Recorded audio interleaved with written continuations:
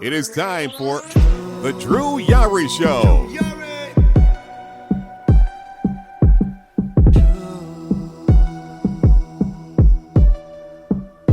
Drew Yari.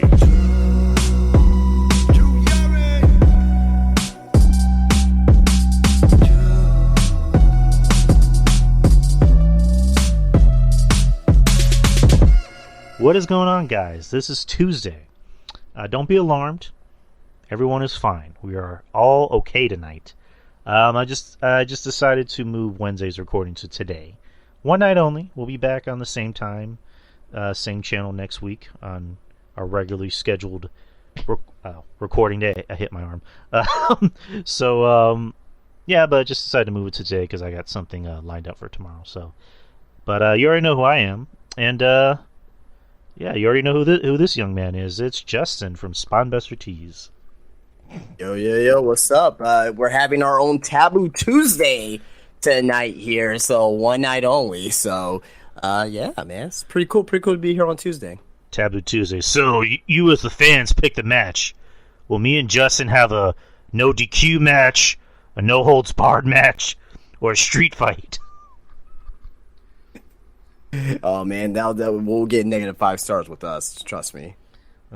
Even Meltzer will hate it, and Meltzer loves everything. Well, he doesn't love everything, but he hates WWE. He pretends that he hates WWE. What's going on, Eddie, Lightning, everyone else in the chat? Another slow news week. I mean, actually, not really slow. What the fuck was that? I just heard someone yell. Oh, whatever. But another slow news week. I mean, yeah, it's SmackDown, Raw. I know NXT is going on right now. I guess news coming out of AEW. It's kind of been a week. We didn't really get a chance to talk about it last week because the news came out like the day after. But apparently all is not well in the land of AEW, the land of All Elite Wrestling.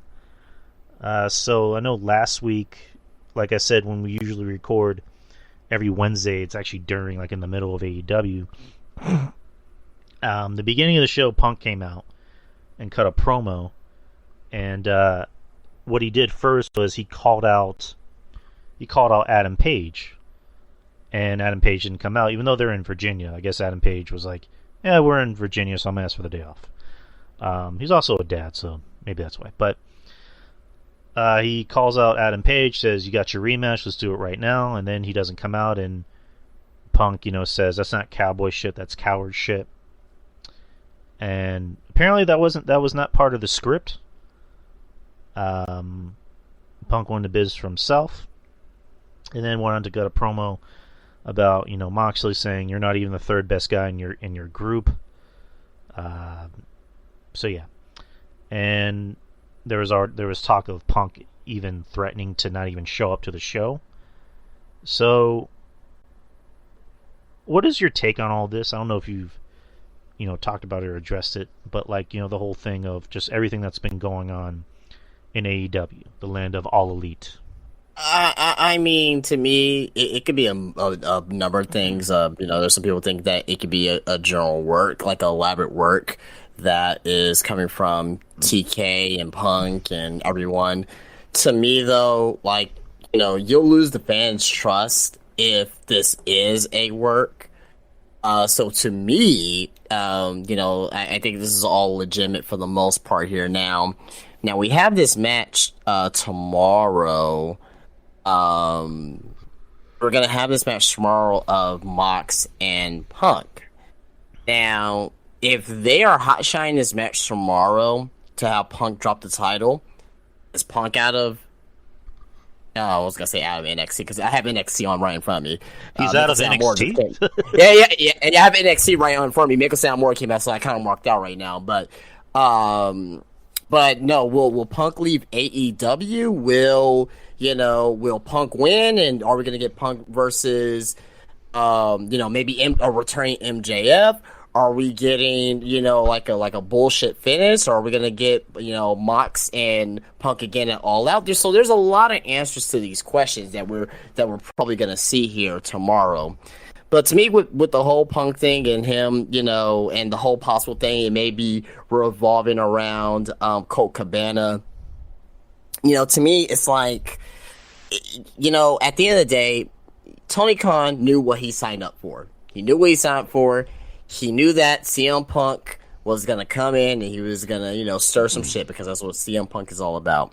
But at the end of the day, though, to me, it's really just like, I'm just going to play it out. We're going to play it out. We're going to see what happens. But, I'm not really too worried on what happens between Punk and Moxley and all that stuff. So I'm not really concerned about this match tomorrow just because of that. Because you don't know what the hell TK has up his sleeve. But, no, we'll see. We'll see how it goes down. But really, at the end of the day, though, it's really on Punk's end. We don't know what the hell he's gonna do or what's gonna happen. So that's really the only intriguing thing with this. But TK, he needs to really get a hold of his roster. He really needs to get a hold of his roster. He really needs to get a hold of, having control and say, hey man, I'm the boss. You cannot go out there and cut a promo. You cannot go out there and cut a promo about, hey man, Adam Page without my consent, right? Or if he's, pretty much he needs to like give a rundown of like what they're gonna go out there and do a promo about, right? No, not to script it per se, but just a bit like, okay, where are you gonna go out there? What are you gonna talk about? Okay, cool. All right, I'm cool with that. You know what I mean? So TK, he really needs to take control of what he's doing with his roster and not giving everybody so much leisure. You got to be a boss at the end of the day and stop trying to be everyone's friend. Right, and I mean, you pretty much hit the nail on the head. Like, that's a guy like Khan is just like pretty much everyone said is like he is a money mark. Like he's trying to give out all of his daddy's money and trying to bring everyone in and give them everything they want. When eventually I don't even think it's going to work out for him, because I know everyone kind of makes the joke, but it's not really a joke that in 5 years that AEW probably won't even be around. And when you have someone like, when you have a money mark and you have somebody that doesn't really know anything about wrestling trying to run wrestling, what eventually happens? Like the company doesn't work out. I mean, you look at Impact. You had Dixie, she was a money mark and she was trying to bring in as much talent as she could. And the nail in the coffin for her, in my opinion, was when she brought in Hogan and Bischoff. And, her thing was like, Hulk Hogan and Eric Bischoff work for me. It's like, nah, bitch, you actually work for us. Like, that's what happened. And you look over in WWE, you had Vince McMahon, who was a professional businessman and tried to run the WWE like a business. He took wrestling from almost this like, this underground thing and made it into... Yeah, from the carnivals. From the carnivals, the literal carnivals, and made it into a household name. And, when it went public, it was maybe a good thing and a bad thing for wrestling, because it turned into a corporation. And wrestling should never be a corporate business, but Vince ran it a lot better because he wasn't trying to be a mark. He wasn't trying to be everyone's best friend. And yeah, Eddie says Herb Abrams. That's pretty much what everyone's calling Tony Khan. I don't want AEW to go out of business because I think it's good that there's more work for other guys. And, AEW is now the second biggest wrestling company in the United States. So I hope it stays in business. But if they really want to stay afloat, they need someone better in management. And Tony Khan ain't it. And, I mean, the only thing that he really has to offer is his daddy's money. Just for argument's sake, who would you recommend, or is anybody but TK? That's a good question. In a perfect world, in my opinion, I'm just going to spitball here, Shane McMahon. Uh-huh. I mean, I know he doesn't really want anything to do with wrestling at the moment, but, for the longest time, we always heard stories about Shane wanting to do things for the WWE and Vince shooting it down because he didn't get it. Like, the story is that Shane wanted to buy UFC, but Vince didn't get it. Shane has always thought outside the box, so I think he'd be interesting, in charge of AEW. you'd have that sibling rivalry. I mean, there's talk of another guy going to AEW who just got fired from WWE, Jeff Jarrett. I mean, that's more likely. I mean, he's going to AEW. There's no ifs, ands, or buts about it. What he can have to offer, I don't know. I mean, I'll give him credit where credit is. He can provide expertise on how to run a upstart wrestling organization in its inception days, right? Like, because TNA, it was a number 2 company for a while. I mean, not as big as AEW, but they were number 2, right, like in the mid 2000s. But I don't know, like he can definitely provide some guidance to TK, and I'm pretty sure TK will respect his opinion. Yeah, I don't know. I mean, 'cause you're already hearing the things of coming out of AEW that the wrestlers aren't listening to the veterans. There's the whole thing with Adam Page that I think we were kind of wanted to talk about it, but we're just like, yeah, fuck it, let's just get to questions. Where Adam Page is saying, I don't, they'll give me advice, I just don't listen. And it's like, oh yeah, and I think it's because of the fact that because TK, like, he knows wrestling. Like, so basically, TK is basically one of us that has a whole bunch of money to start his own wrestling organization. That's all TK really is. He's a mark like us, but he just has like a crap ton of money, right? Or his dad has a crap ton of money. However you want to look at it, right? To start a wrestling organization. If you actually get a wrestler involved that has previous managerial experience of running an organization like a Jeff Jarrett, I think the wrestlers themselves will probably end up respecting that a little bit more because they'll get an insight of like, okay, this is how you approach this particular star. This is how you approach this particular star. You need to put your foot down here. You need to put your foot down there. So I think that's why I think Jeff Jarrett would do. He wouldn't like necessarily like have a title of like co-owner or anything like that, but he could be utilized as a counselor, as a guidance, as a coach, whatever you want to call him, as a coach, whatever you want to call him.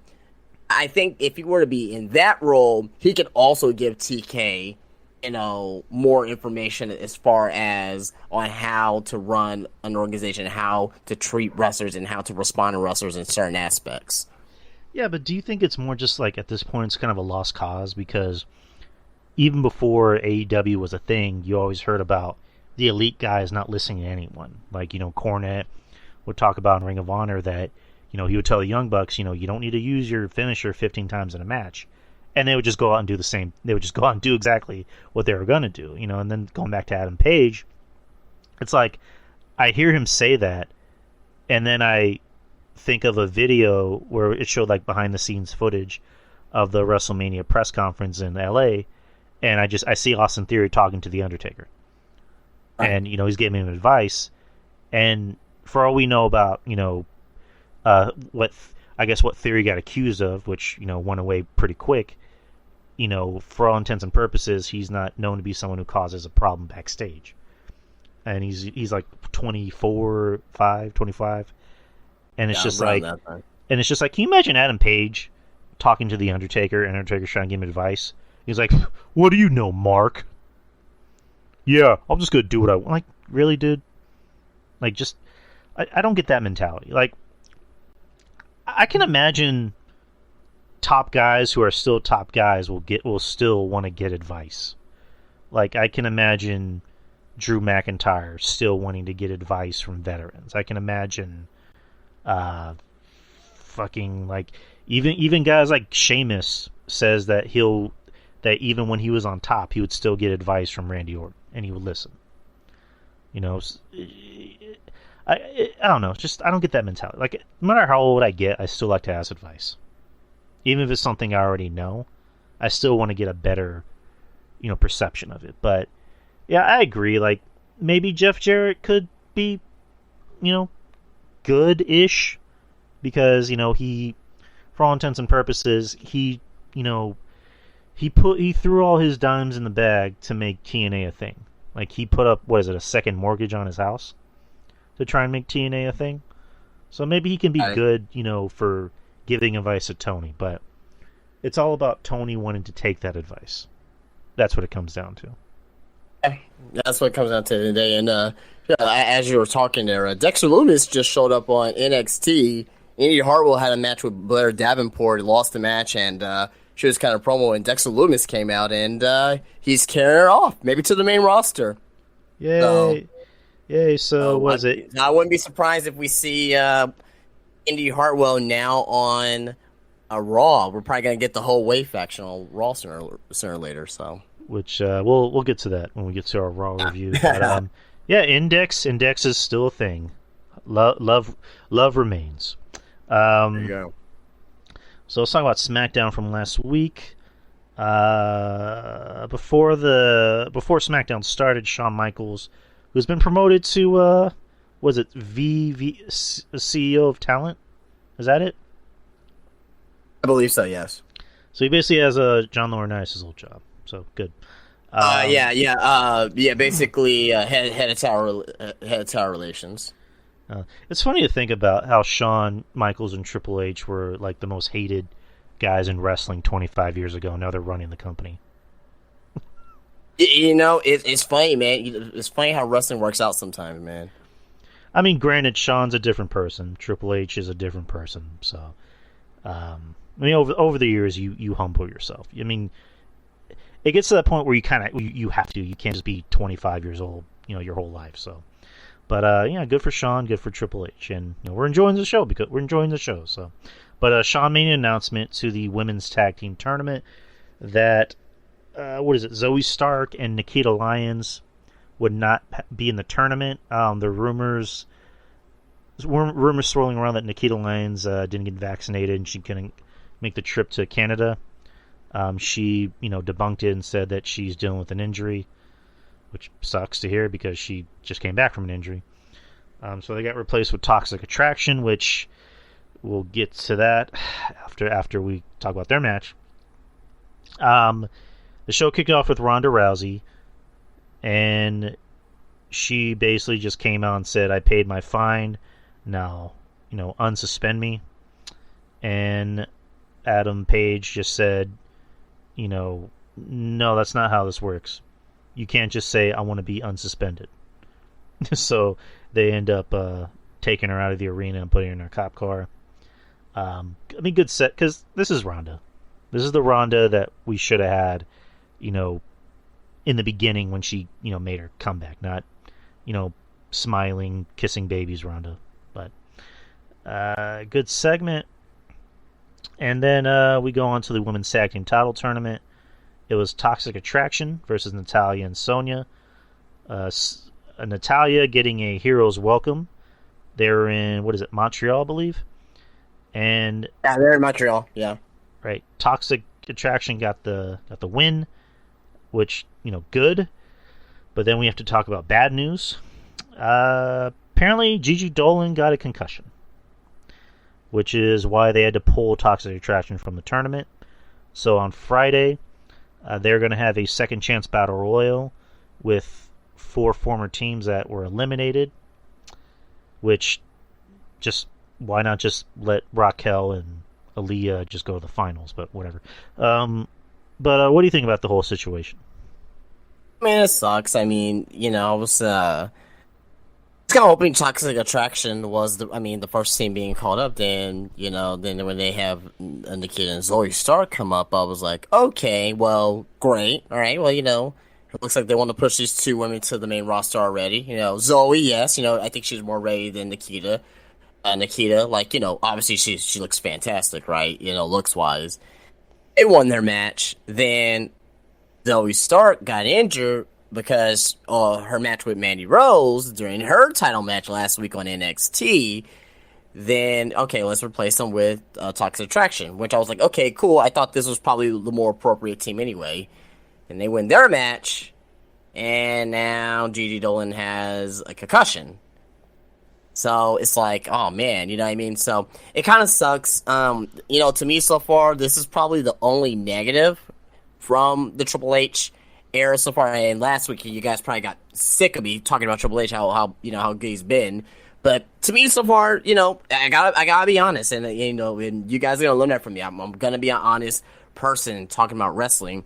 So far, has not been very well for Triple H, and some of this is out of his control, like the injuries or whatnot. But but just the overall quality of the wrestling itself hasn't been too great so far. But hopefully it picks up. Hopefully, with the finals or whatnot, we know depending on the team that gets there, hopefully they'll have a decent match in the finals. And but really at the end of the day, it's really just okay. Like let's have Io and Dakota win, right? So Sasha and Naomi can come back, and then we can have a real feud for these titles. So.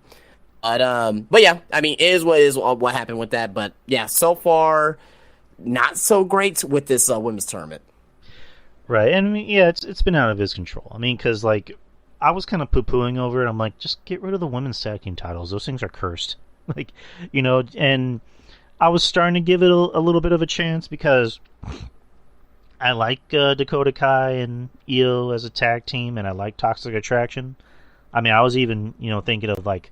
What if Toxic wins it? But no, they didn't win it. But I mean, they can't. No, they're out of the tournament because Gigi got hurt, which sucks because I love Gigi. Right. Yeah. So far, this tournament and also the upcoming segment, I think, are the two bad things about Triple H's run so far. I think you know what I'm going to talk about. So, Maximum Male Models came out and cut a promo. And then Hit Row comes out and runs them off, and they proceed to do a rap concert, if you will. The country of Canada did not seem too pleased with the rap. It was, I mean, listen, I like to give everything a chance. I mean, I don't hate rap. There's some rap I like, and there's some rap I don't like. This was rap I don't like. So, thoughts? I mean, so I'll be honest. I'm a hip hop head. As a rap itself, as a rap song, Top Dog raps like a rapper. He raps like a rapper. He doesn't rap just for punchlines, like the Acclaim. I mean, like Max Caster and AEW. Max Caster just, does punchlines and, and just, does his bars and hit, and people are like, oh my god, he said Vince McMahon, oh my god, he said NXT, oh my god, like, but wrestling fans, they're so easy to please with little stuff like that, right? But, in reference to, bro, they rap like rappers, which is fine. Actually like Hit Row better as rappers. As for a wrestling show, you have to dumb it down. You have to dumb it down and just make people pop for no reason. Like, you can be like, say something that he just says like, oh, I'm elite, I'm all elite, and people just, oh, like yeah, in the crowd. You know what I mean? Because like I said, people are easy to please. Wrestling fans are easy to please. So, they need to work on it. I think Hit Row too. I'm glad that they got jobs back. I'm glad that they're doing what they love to do. They're trying to get over on their own. But they need a figurehead of the group, right? Where if that's going to be Carmelo Hayes, maybe a heel Montez Ford, something to that nature. You know what I mean? I think they're going to need something a little bit more other than B-Fab, Ashanti the Adonis, and Top Dollar. I mean, so... so they need a figurehead. They need a figurehead because Swerve ain't gonna come back. Swerve ain't walking through that door. So who will walk through that door, right? Are we gonna get somebody from NXT that we don't know about as of yet? Are we gonna get a Carmelo and Trick Williams to come in? I mentioned that last week. Is whenever they decide to turn Montez Ford into a single star. You know what I mean? Will they put him in his own? Will he has his own group, his own faction? So there's a lot to come out of this, but this ain't gonna last long if they just keep it up like this. And Lightning's right. The segment just proved that Swerve Scott was easily the glue holding the group together, and you're right. But Swerve is I don't know what his contract situation is with AEW, but he's gonna be there with AEW for a while. He's their champion. He's their half tag team champion. He's gonna be there for a while. But I mean, at the end of the day, Hit Girl was a group, and it's kind of fair for us. Like I know I just kind of just judged Hit Row or whatnot. and that they need a figurehead. But it's kind of unfair for us to really. It's just their second week, right? So maybe Right. we'll see what kind of adjustments that they make, right? It wasn't great, obviously, right? And we're talking about it.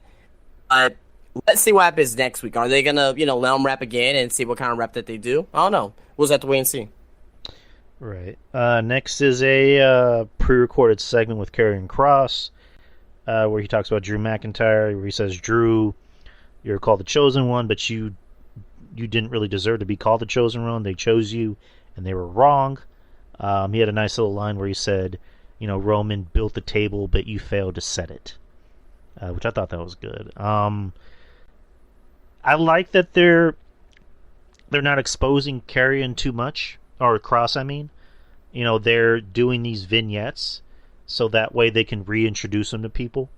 Because, people's last memory of Cross was on the main roster wearing that goofy helmet. So now they want to reintroduce him as, this is the real Cross. This is the Cross that wasn't just in NXT, but he's also the Cross on the Indies, MLW, etc. And I see people that weren't even Cross fans saying, you know what, I want to give this guy a chance. He seems cool. So I'm liking these segments because they're making Cross feel special by not having him out there every single week. But what do you think about these? What do you think about WWE's, I guess, their rebooking of Karrion Kross as of late?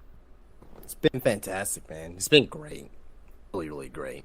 The fact that they don't need to have Cross wrestling. He hasn't wrestled a match yet. And look at the Steamy's building. He hasn't wrestled a match yet. You know what I mean? He's only been physical one time. He's only been in front of the crowd once. Look at the Steamy's building because of the promo work. So building up characters and not overexposing them is the main thing that's gonna make WWE more watchable, and you see in the ratings too is making the shows more watchable. I mean, so you got Karrion Kross, and since Riddle has came out of control under Triple H, Riddle hasn't wrestled a match, and that's for different reasons, right? We haven't really seen Seth really wrestle much too either, right? I mean, so it's like you don't have to have these guys wrestle every week. If you guys have these guys cut promos, do some brawls, do vignettes, it will make you more invested in these guys because you don't get to see them as much. Also, on top of that as well, having Cross doing what he's doing right now is gonna make him so over when his first entrance happens. It's gonna be great. It's gonna be great, but very good segment, fantastic segment, and he's gonna be a huge star. He's gonna be a huge star coming down the line. God, I hope so. I mean, so far it's working. So I hope they keep it that way, which I think they will. Next is the Fatal 5-Way for the number one contenders match for Gunther's Intercontinental title at Clash of the Castle. Before that, Sami Zayn went to go talk to Roman Reigns, and Roman, this is how good Roman, this is how good of an actor Roman is. So Roman is just basically, just like, hey man, how you doing? You've been doing great, and then just like just like egging on Sammy, just like trying to butter him up when he's full of shit. And there's that line where he's like, so you still talk to Kevin Owens? And then Sami Zayn's like, to be honest, we haven't really talked in a minute. He's on Raw, I'm on SmackDown. And then he says, tell your boss you owe me one. I don't owe him nothing. Like, it would have been that much cooler if he just said, I don't owe him shit. Like that would have been funny as shit. But and then he just like hamming it up. He's like, yeah, you'll be the Intercontinental Champion. Bring that to the bloodline. So this proceeds to the match, which it's in Montreal. It's Sammy's hometown, so Sammy getting the hero's welcome. And I like Sammy. I like how his character is developed. He's one of the most over guys on the roster. Eventually he's going to be a babyface. I mean, because when that happens, we already know what's going to happen, but when it happens, I would say maybe before the end of the year, in my opinion. So the number one contenders match, Fatal 5-Way, you have Happy Corbin, Sami Zayn, Madcap Moss, Sheamus, and Ricochet. This is a good match. A lot of these multiple man matches can either be really really botchy, really sloppy, or they can be really entertaining. This was entertaining. This is a good match. I mean, the right guy won. I was looking at the opponents. I'm like, and I was talking about this with Monty. And I don't know if Monty's still in the chat room, but he said, hope Sheamus wins. I'm like, I hope so too, but I wouldn't be surprised if they give it to like Moss, because it looks like they're trying to do something with Moss for a second, especially after last week. But yeah, we're getting Gunther and Sheamus. We're getting two Hosses, beating the fuck out of each other, which I will enjoy every second of. But overall, what'd you think about the match? Fantastic match. Sami Zayn was basically 2015 and Sami Zayn. The LA chants were fantastic. Him, going out with the kayfabe injury and coming back. It was obvious what they were doing. Coming back and, getting that big pop in his hometown. Fantastic. You say that by the end of the year, Sami Zayn will turn babyface? I'm saying by the end of the month. Because there's no way that they're going to keep the storyline going too much longer with the Bloodline and Sami Zayn. I see Sami Zayn and Kevin Owens taking on the Bloodline at the Usos rather at Clash of the Castle. My opinion. I don't know if that's going to happen or not, but I think that's a very good guess, right? Fantastic match. As Ricochet, so damn good. Mm-hmm. Oh man, like if you pay attention on like how well he bumps in the ring and like how well he sells, man. Oh man, he's so damn good at what he does. It's more than just the moves with Ricochet that makes him well, right? Yeah, he can't cut a great promo, but man, when he's in that ring, he could tell a story in the ring with his body. Fucking fantastic, man. But yeah, Sheamus winning, and we're gonna have Sheamus versus Gunther at Clash of the Castle. That is gonna be my most anticipated match. That will probably be the best match of the entire week. Maybe we have All Out too, but definitely probably the best match of that show, because they're gonna beat the holy shit out of each other, and Gunther's gonna win, and it's gonna look so great, and the crowd's gonna be so hot for it. Oh my goodness, man! Like just beat each other with the inch of your life left. Just do that. It'll be fantastic. But great match, fun match. Gunther, Sheamus, gonna be a must see match. If you guys are debating, hey, should I watch Clash of the Castle or not? If you're gonna watch any match, watch two matches: the main event and this match here. And it also, since it is for the Intercontinental title, when's the last time the Intercontinental title has been defended on pay-per-view? WrestleMania last year. WrestleMania last year, right? WrestleMania last year. So the fact that we're going to get this here and it's going to be in the UK, all those elements, and with Triple H right now, all that is just going to make this match very high anticipating for me. So we'll see how this goes down. Hopefully it will go down as one of the classics. How is it that Sheamus has just gotten this good in the past year, and he's like, what, in his mid-40s? Or early 40s? I mean, he's always been great. He's always been great to me, but I think a lot of people probably just didn't. They probably got bored of him and like, all right, he's just beating down people. I always liked Sheamus.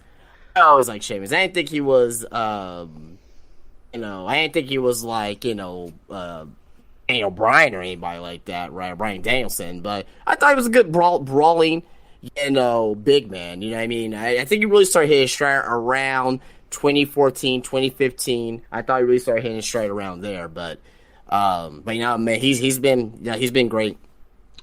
I mean, I think when he became a lot more interesting to me is when he started teaming up with Cesaro for the bar, and yeah. Before that, it's just like they overpushed him. They gave him the title. They hadn't beat Cena, but they just, the whole thing with the Nexus. When I remember there was a segment with the Nexus where Sheamus was champion, and there's a bit where the Nexus are surrounding Sheamus, and Sheamus just turns around and starts running away and yells, "Cena!" And it's just like, congratulations, you just made your champion look like a little bitch. Congratulations. Right. Like, and then when they tried to make him a face, it still didn't work because, again, WWE has this obsession with, let's take all our big hosses and make them Cena. And that just doesn't fucking work. So whenever they teamed him up with Cesaro, that's when he became a lot more interesting. And then this past year, when he was feuding with Drew McIntyre, that's when I started to realize Sheamus is actually a good worker. Like when they started booking him as more of a badass rather than, I'm a heel but I'm kind of a little pussy, and I'm a face and I'm trying to be funny. No, why don't we just actually make this guy look like a badass and wrestle Drew McIntyre and have them beat the fuck out of each other? It's like ding ding ding. So I'm looking forward to the match with Gunther. It's going to be in front of a hot crowd in, what is it, Cardiff, Wales? Like Cardiff, that. Wales, yeah. That's going to be hot. That's going to be a match you're gonna want to watch. Like, trust me. All right, and then also going back to the match, I don't know if you heard the comment Michael Cole made. When Sami Zayn was standing on the apron, he said, "Maybe he looked like El Generico there." Yeah, I heard that too as well. Got a little bit of pop out of me. It's just great that commentary could just be more loose now. And, don't have to be afraid of what they have to say. And I agree with you about Ricochet. Ricochet, as of late, is like, he's actually not a bad worker. Like, because, does he do a lot of the flips? I mean, I'm not really a big fan of flips, but he bumps like crazy. He's starting to become a little like Dolph, in a way. We'll talk about Dolph in a bit. The fans love him. He gets a big pop. I mean, he's a guy I think you would want to keep on your roster. Absolutely. Because you need someone like that who can bump. You need someone like that in your opening match. And we all agree that he's missing personality. It seems like he's working on it a little bit, especially when he's cutting promos. It almost seems like he's a little bit more comfortable doing promos now, where instead of just like him trying to memorize a script. So I don't know. Maybe that's just me. Maybe that's just something I noticed personally. But he has his own feud now. He's not just like in the middle of the card, just facing random guys. He's in a feud with Corbin. Granted, it's Corbin, but Ricochet is a sympathetic babyface, and Corbin is a heel that everyone hates. So maybe that can work for him. But we'll see. Next is. All right, next is Liv Morgan. Actually, I didn't notice it because I was kind of not paying attention, but there was a Viking funeral with the Viking Raiders, and Sarah Logan is now back in the company. She's married to one of the Viking Raiders. I forget which one. I think it's Eric, right? Yeah, Eric. So Sarah Raymond Rowe. I just know it's Raymond Rowe. There you go. So Sarah Logan's back. Yippee. Next is Shotzi versus Liv Morgan. I kind of enjoyed this match a little bit, maybe because I'm biased and I like Shotzi, but they really gave Shotzi a lot in this match, because I think maybe they want to do something with Shotzi, or maybe that's just wishful thinking on my part. She goes out there and beats the shit out of Liv, and then of course Liv has to get her win because it's Liv. She's the women's champion. And after the match, what's her name? Shayna comes out and starts trying to fuck up her arm like last week. But Liv ends up... Or do I got that wrong? I don't know if I remember it right.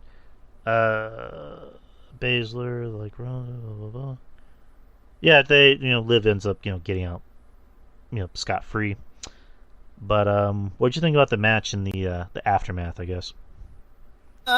Match I wasn't really too much of a fan of, to be honest. I mean, I like both women.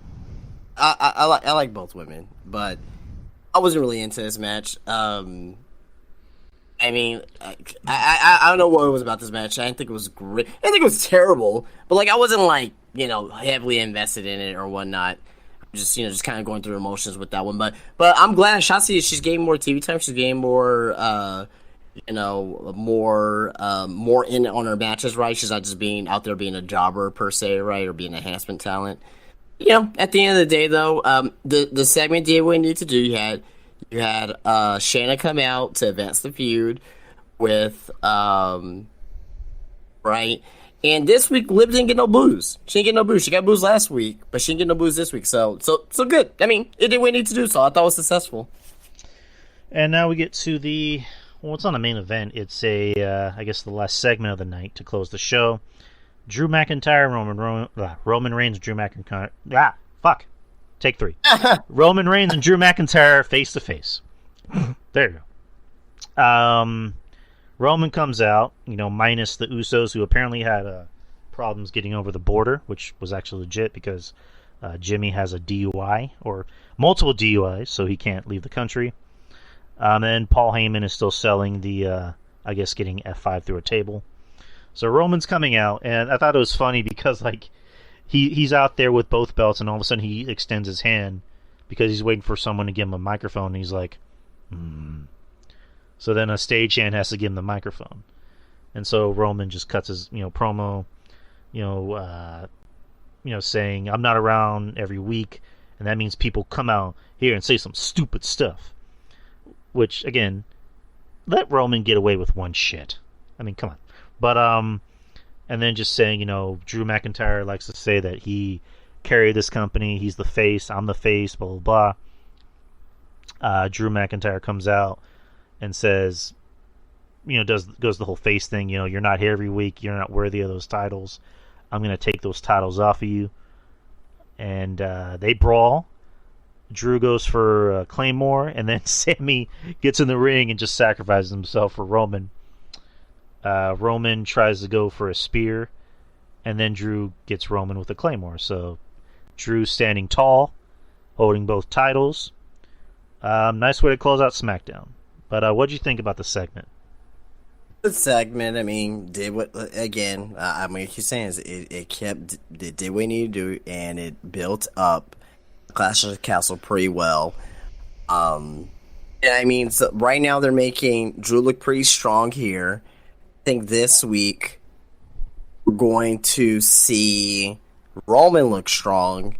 Typically, whoever looks strong at the end, at the go-home show, typically, not all the time, but typically that's the person that loses, right?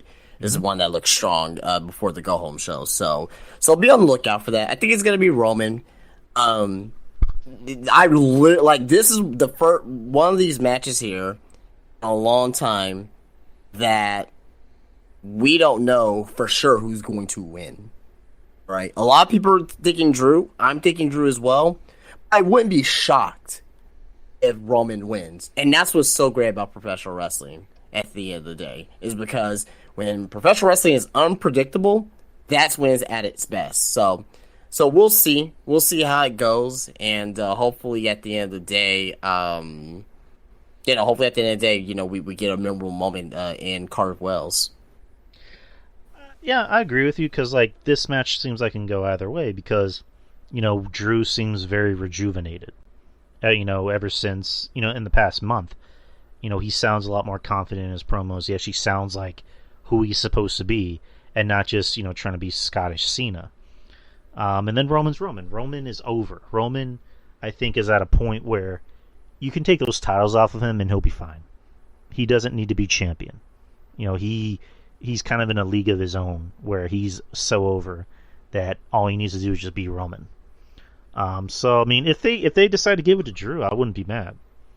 Right. But it also wouldn't surprise me if Roman won because I think they're having plans for Roman sometime later, for Mania. Because the idea is we're getting Roman and Rock, which I don't think that needs to be for the titles. In my opinion, that just needs to be about bragging rights. Roman's whole thing is on the head of the table, and Rock can just be like, "That's cute. I bought the table." He can just do that. Another idea is Roman and Cody, where Cody can be the one that dethrones Roman. So I don't know. Again, I like that. I don't know what's going to happen because I hate predictability. I'm going into this match with the fresh mind, thinking Drew could win, Roman could win, which is good. It'll make for a good pay-per-view. That's going to be a big week for wrestling. Let's move on from SmackDown to Raw. Raw was in Toronto. Let's see. Trish Stratus came out, just refusing to age. Jesus Christ. She's talking, and all of a sudden Bayley and her crew come out and talk a little bit of shit. And that's when Bianca Belair comes out, and Alexa Bliss and Asuka come out. And that begins the semifinal matchup of Asuka and Alexa Bliss versus Io Sky and Dakota Kai. Sky and Kai get the match. Indeed. Sky and Kai get the match, or get the win, I'm sorry, and they move on to the finals. I mean, you kind of figured they were going to win. It was a decent match. It was an okay match. It was interesting seeing Asuka and Io match up. I think that's the matchup people wanted to see. But overall, it was an okay match. But what did you think about the opening segment in the match? I mean, it was good. It did like for Trish Stratus. I mean, gosh, Love her. And boy, hey, I can't even get my words together. That's how good she looked. Take two. Yeah, I know, right? Hey. Nice lady. Nice lady. Good Lord, man. The milk was fresh on her.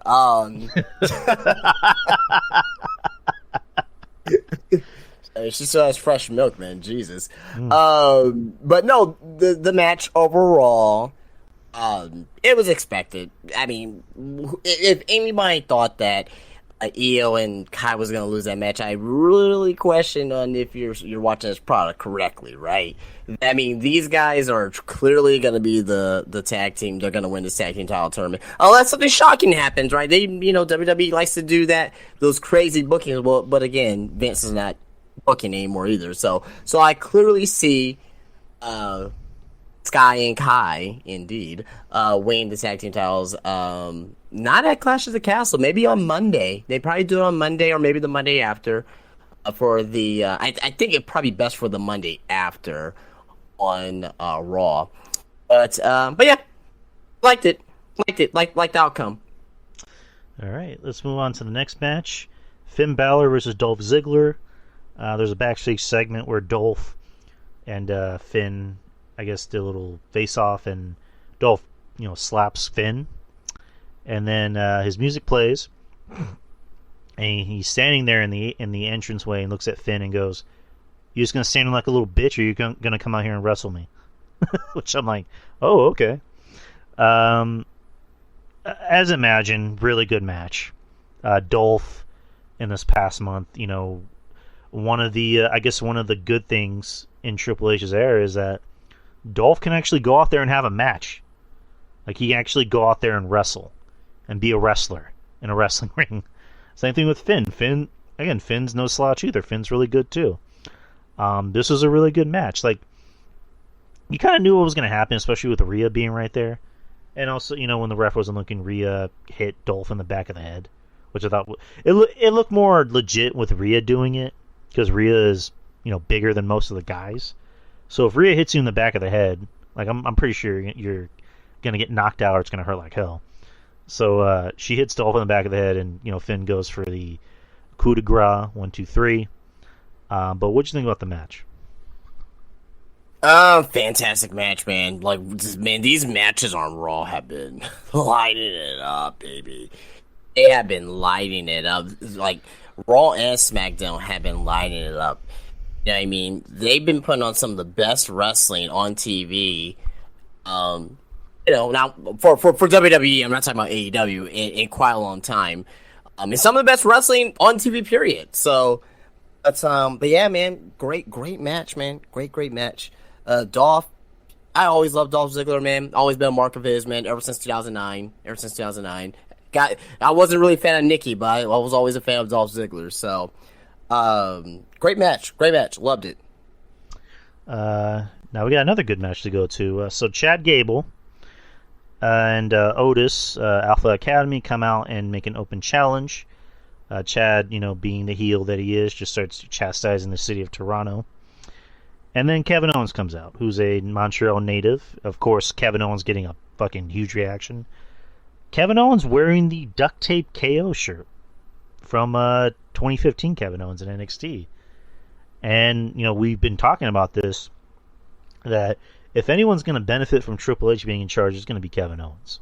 Like, you can bet your bottom dollar for that. So, he comes out, and again, as imagined, Kevin Owens and Chad Gable have a really fucking good match. Like back-to-back good matches. And we can give all the credit in the world to Kevin Owens, and rightfully so, because he's, really goddamn good. But Chad Gable, man. Can we talk about Chad Gable for a second? He's fantastic. He's awesome. I hope this guy gets a push. And what I mean by push, I'm not expecting him to main event WrestleMania or be champion, but he needs a push. He needs to be higher on the card because he is just so damn good. Who did he have a match with a while ago? He had a match with Dolph, and that was a really goddamn good match.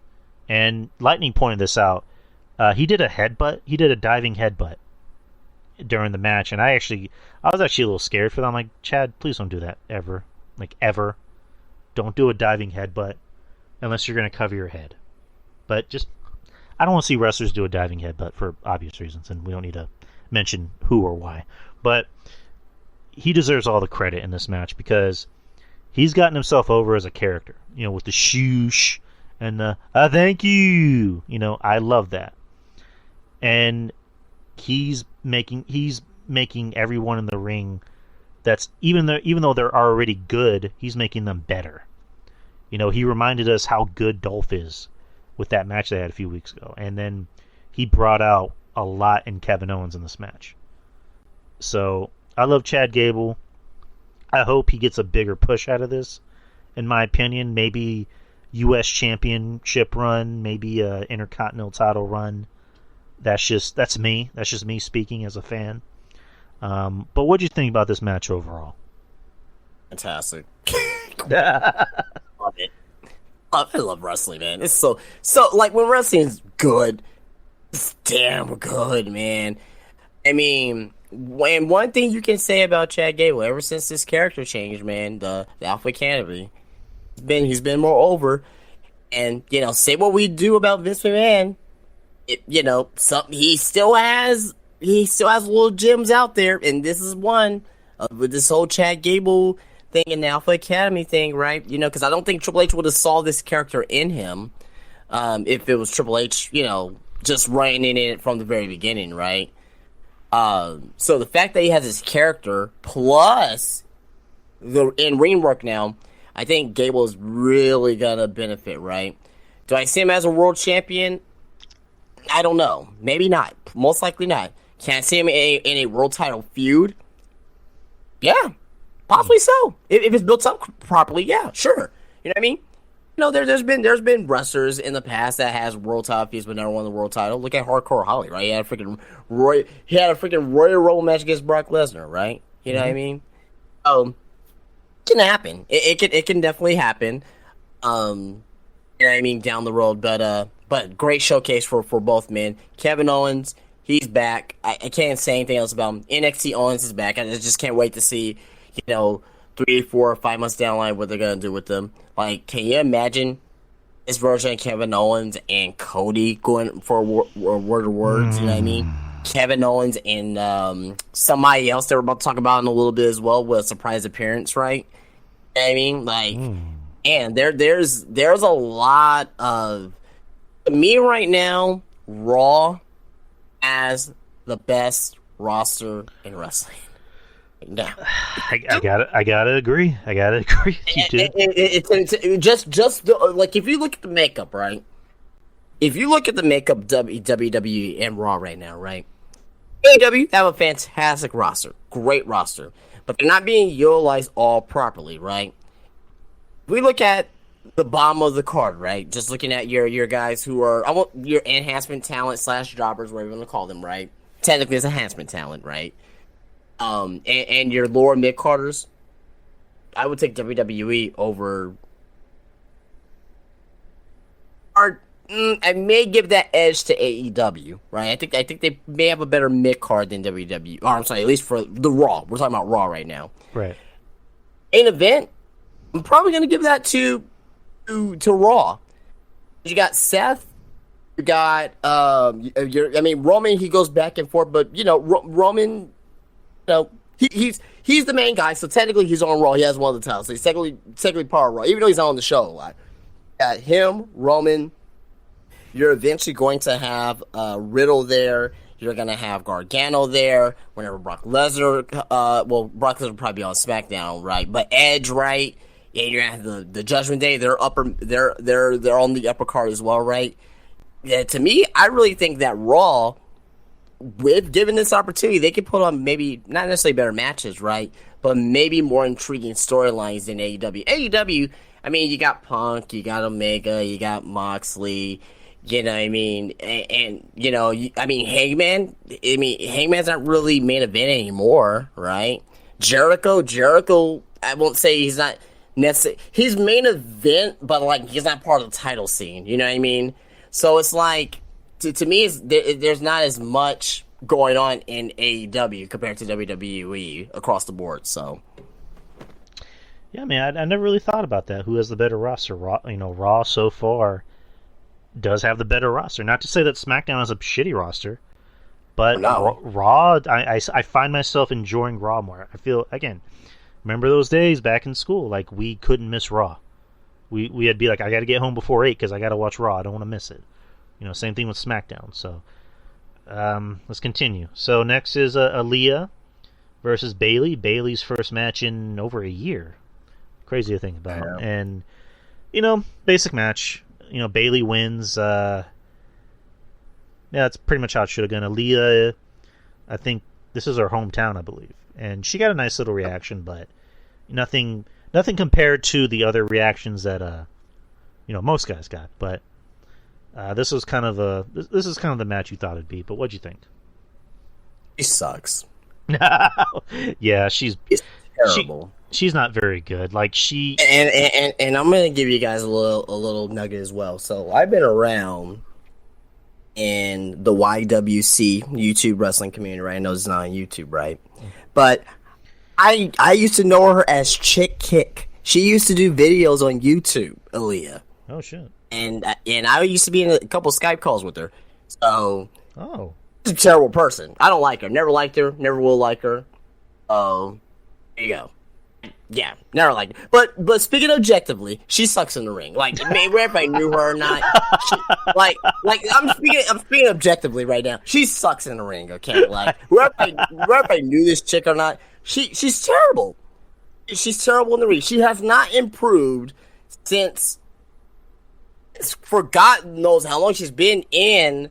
She was in NXT for about 5-6 years, right? Comes up to the main roster, still sucks. Like, come on, man. Like, it's not for you. Go to freaking to Impact. Go to maybe go to AEW. Wrestle on Elevation. Get 51 record for matches. No fucking thing, right? You have your one match on AEW. You lose. Your connection's cutting out, bro. Hello. Ah, shit, we lost Justin. And he was going on a nice little rant, too. I was enjoying it. Justin. Let me try getting a hold of him.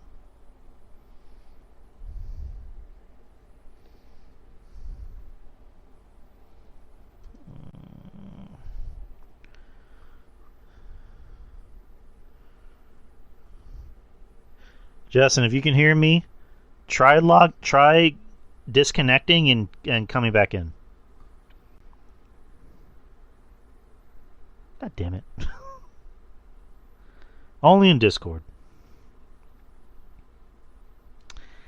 Well,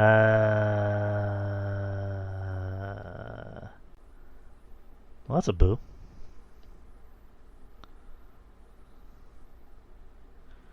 Yeah, goddamn Discord. Hold on, I'm going to try and message Justin real quick. I'm going to let him know. Hold on, one moment.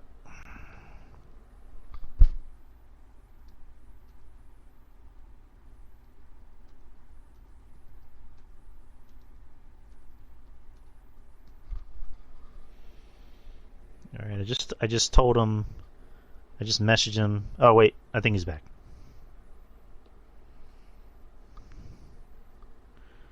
Yo. Oh my So yeah, sorry, I had a little bit of an internet flare up here at my house, so I think I'm good though. It was Aaliyah. Aaliyah fucked up your connection. Yeah, the bitch heard me. Hater.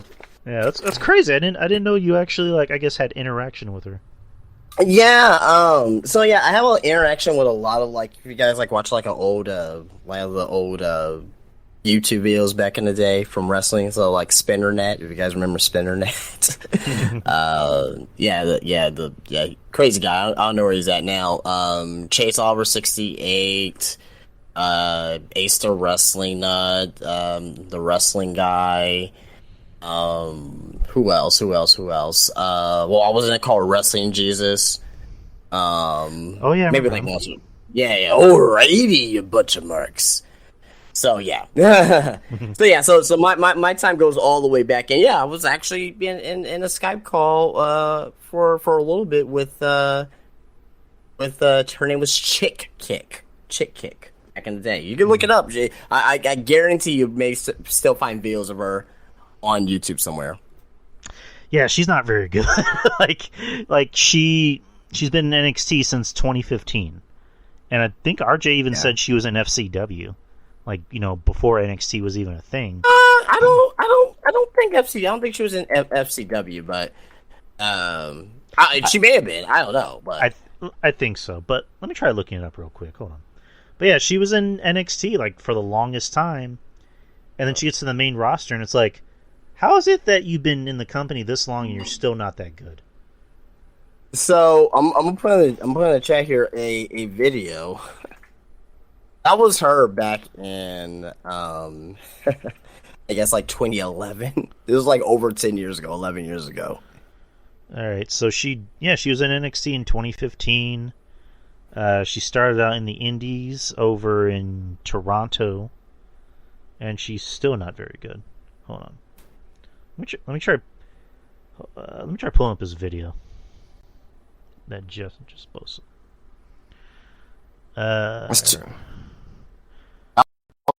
Go.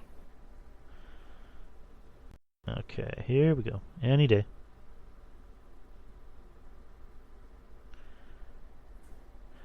Hold on. Give me 1 second.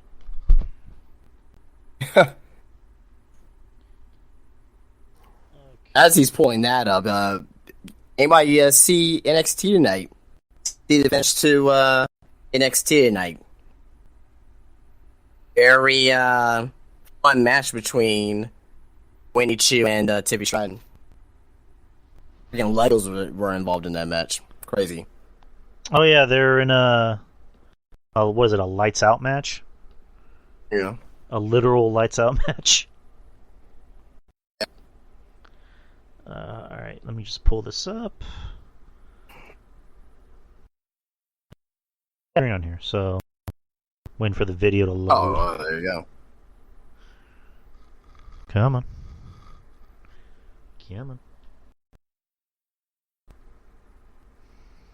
Chick Kick 20. Yeah, name's Chick Kick. I'm telling you. That's crazy. Chrome sucks. Yeah, she... I mean, she looks a lot better now. I'll give her that. Okay. Okay, how do I... You cannot stream into this channel. What the fuck? Oh, I can't stream this. That's a boo. No worries, man. No worries, man. It's just for the people who really care about my my hatred for it. And she, another thing, she also said some messed up stuff. She said some racist stuff too on Twitter back in the day. That's another reason why I hate her too. What kind of racist stuff did she say? Oh, Lord Jesus! All right. Well, I mean, you don't have to literally say it, but just, I guess, what it. Okay. Well, how about this? Can I copy and paste this?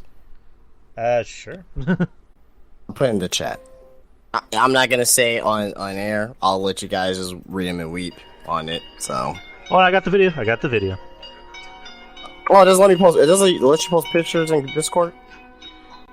Depending on what kind of pictures they are, like if it's like Oh, Discord's weird because if you try to post a picture of somebody in like a bikini, they'll be like, "That's too sexual." But you can post like other weird shit. That's I don't know. But try to post it anyway. I'll post it. That's the link to the tweet. All right. Yeah, I tried to do the screen capture. It didn't let me though. Tyler 542 and Chick Kick 21.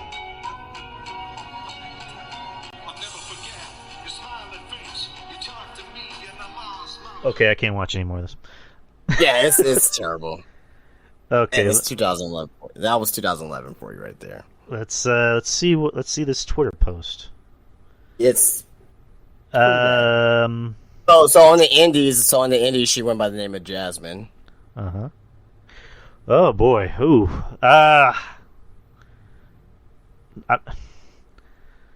Okay, so she was Jasmine at isn't she lovely _4. And I guess she was I guess this is like a retweet or a reply. And to somebody named the _pipe _bomb 53 and Chick Kick 21. Ugh. And I'm not gonna say what the next line is. Fucking, N-words. I'll just say that. That's why I chose white folk. Word. Yeah. Then if you look at the picture, she had another tweet in there as well. It's kind of pixelated because it's from like 11 years ago, but there you go. We'll just leave that. So, Aaliyah we'll sucks. leave it at that. Aaliyah sucks. Yeah. So if you guys understand my hatred now for this, yeah, there you go. Right. I'm surprised WWE hasn't seen that, but maybe they will eventually. Yep. Or sensitivity classes. But anyways, moving on to the next match. Bobby Lashley and AJ Styles versus The Miz and Ciampa. I nodded off in the beginning of this match, not because it was a bad match. I was just tired. But I woke up towards the tail end of the match when we saw Dexter Lumis come out and take The Miz, or drag away The Miz through the crowd, and the match ended in disqualification with AJ and Bobby Lashley standing tall, getting the win. What do you think about the match and Dexter Lumis coming out or revealing himself to the crowd? Match was it was okay. It was okay, but at the end of the day, though, the whole reveal of Dexter Lumis was great. Because you thought it was that fan at first. You thought a fan was coming out to come distract, right? But really, Dexter Lumis was looking to get the Miz. We all thought it was possibly AJ Styles, but he was coming to attack the Miz, and he stole the Miz. And I don't know, is he dead? Is he abducted? Is he is he gonna have a Heinrich segment with them or something like that with Michael Cole back in the day? I don't know. Anyway, I thought it was fun. I thought it was a fun segment, and can't wait to see where this Dexter Lumis story goes. And if you guys watch NXT tonight, the story continued with Dexter Lumis on NXT with Indy Hartwell and him getting arrested outside of the Performance Center, which is pretty funny. And this segues into the big news of Raw. Johnny Gargano makes his return to WWE after 9 months. You last saw him on NXT in November. Who was it? Who the fuck is that?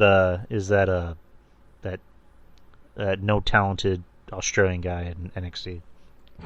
Oh, you talking about Grayson Waller? Grayson Waller, there you go. Grayson Waller after he beat him up, which at first I was kind of like not paying attention, and then I just heard the music that dun dun dun dun dun dun dun dun, dun. And I'm like, wait, that sounds familiar. And I'm like, oh shit, it's Johnny Gargano.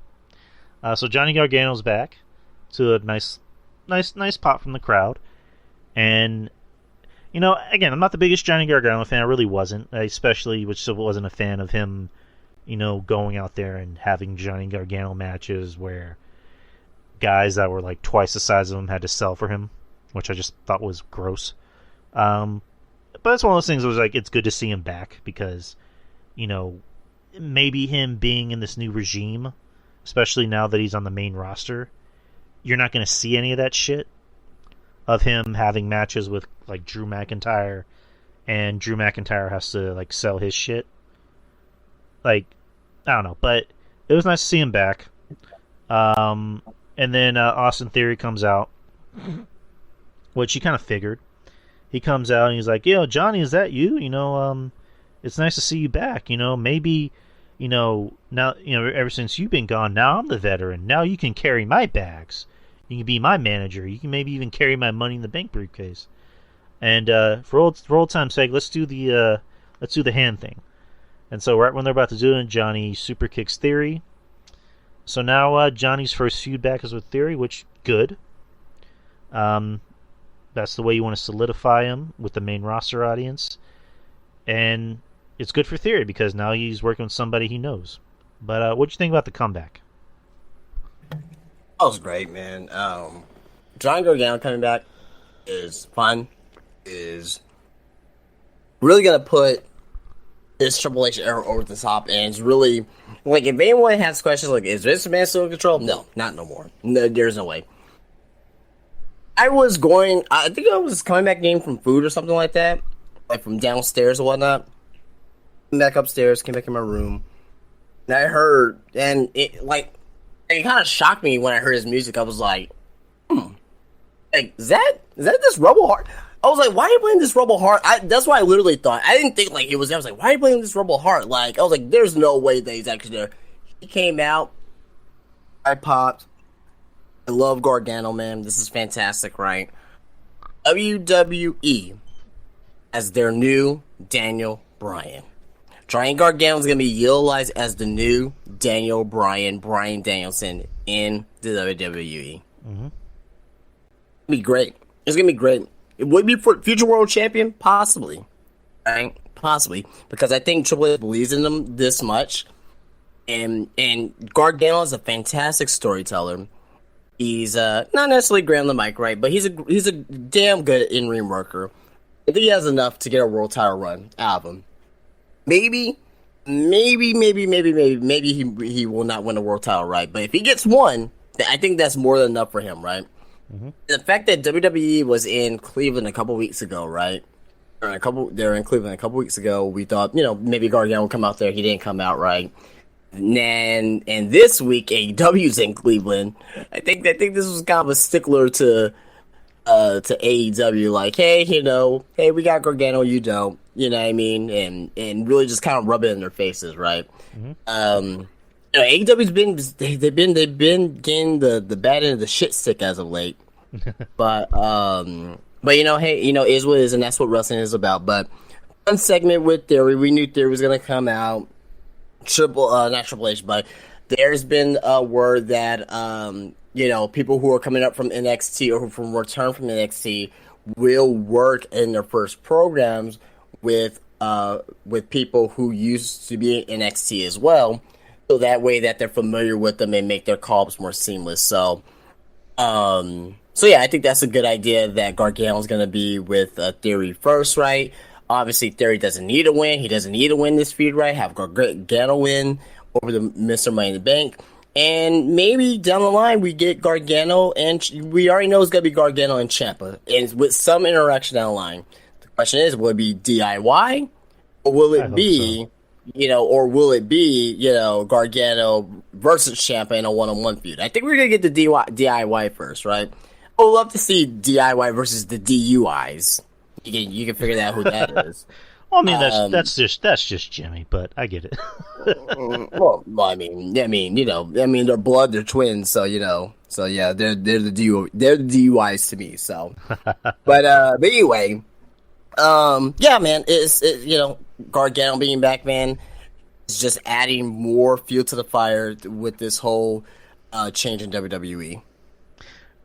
And I think it's better for him to be in WWE because he just had a kid, and especially with Triple H in charge, like, he's going to be a featured player on the show. And the question is, and this is me, going back to his NXT run, I always got the impression that Triple H and Shawn Michaels never told Johnny Gargano no, which is why you always saw Johnny go out there and have these matches with guys bigger than him, and they had to sell for him. So hopefully this is a thing of like, Triple H is like, you're back, but we gotta do things a little differently than in NXT. Like you can still work your style, but you gotta be able to meet someone halfway. But that's just me. But I think being back in WWE is good for Johnny. I think if he went to AEW, he would just be another wrestler, kind of like everybody else on the show is just another wrestler. But I do. Yeah. But the eventual matchup of him and Tommaso, maybe reforming DIY, which is not a matter of if it will happen, but when it will happen. I think it'll be they'll face each other first, and then they'll reform DIY. They're definitely gonna win the tag team house too as well. Right, definitely. That's gonna be his first gold in WWE is winning those tag team titles, in my opinion. I think so too. I think they're gonna have a Mania match, because they already had their trilogy in NXT. Why not have a Mania match? That almost seems like that's never going to happen too as well. There's so much. There's so much that WWE can do right now. It's amazing. You don't know. The only thing that we do know, not for sure, but almost for sure, is Roman versus Rock at Mania. That's the only match that we know for sure that could happen. Right? We don't know who's going to be winning the Royal Rumble. We don't know, who's going to be champions going into not even the Royal Rumble. Even the Survivor Series. We don't even know who's going to be champions going to Survivor Series. This is a very exciting time for WWE. So exciting. I personally think Cody might win the Rumble because of his injury. I mean, because they gave yeah, for sure. They gave the timetable of his injury. I'm like, so he's coming back at Rumble? Cool, good. Because Cody's over. He's the most over babyface in the company. So let's get to the main event. Damian Priest versus Edge. It's in Toronto. This is Edge's. I think that first time Edge has wrestled a match in Toronto in years. And this didn't disappoint. Again, a night of really good fucking wrestling matches. These two matched up really well. I think they're the same height, and they work two different styles. Edge is more. How do you put Edge? Is he would you say Edge is more of a mat wrestler? Not really a mat wrestler. He's more of a hybrid. So he'll do a little bit of the brawling, a little bit of the mat, a little bit of the not necessarily the high flying, but he'll take risks, right? I mean, so I think it's a little bit of a hybrid. He's a mixed bag. That's the best way to put it. Damian is more of a striker, kicker. And kind of like Edge, he's a hybrid. That I never really thought of it like that. I never thought of the term hybrid. So he's kind of a mixed bag of everything, which is good. And these two, I mean, it helps that these two know each other and work with each other, and they really matched up well, and they had really good chemistry. And I was thinking Damian could possibly win this if you really want to put Damian over, but it's also fucking Toronto, and Edge is the guy in Toronto, so. I didn't have a problem with Edge winning. I like the end of the match when whatchamacallit? When Edge does a fucking Canadian destroyer. Yeah, in Canada too. Was it Edge is 48? Yeah. And Edge does a fucking Canadian destroyer in Canada in the year 2022. Yeah, just like Ricky Morton. I mean, I know a lot of you guys probably don't either know who Ricky Morton is or but this guy is he's 65 years old doing Canadian destroyers. It's just so crazy. And then he does the Canadian destroyer, goes for the spear, 1, 2, 3.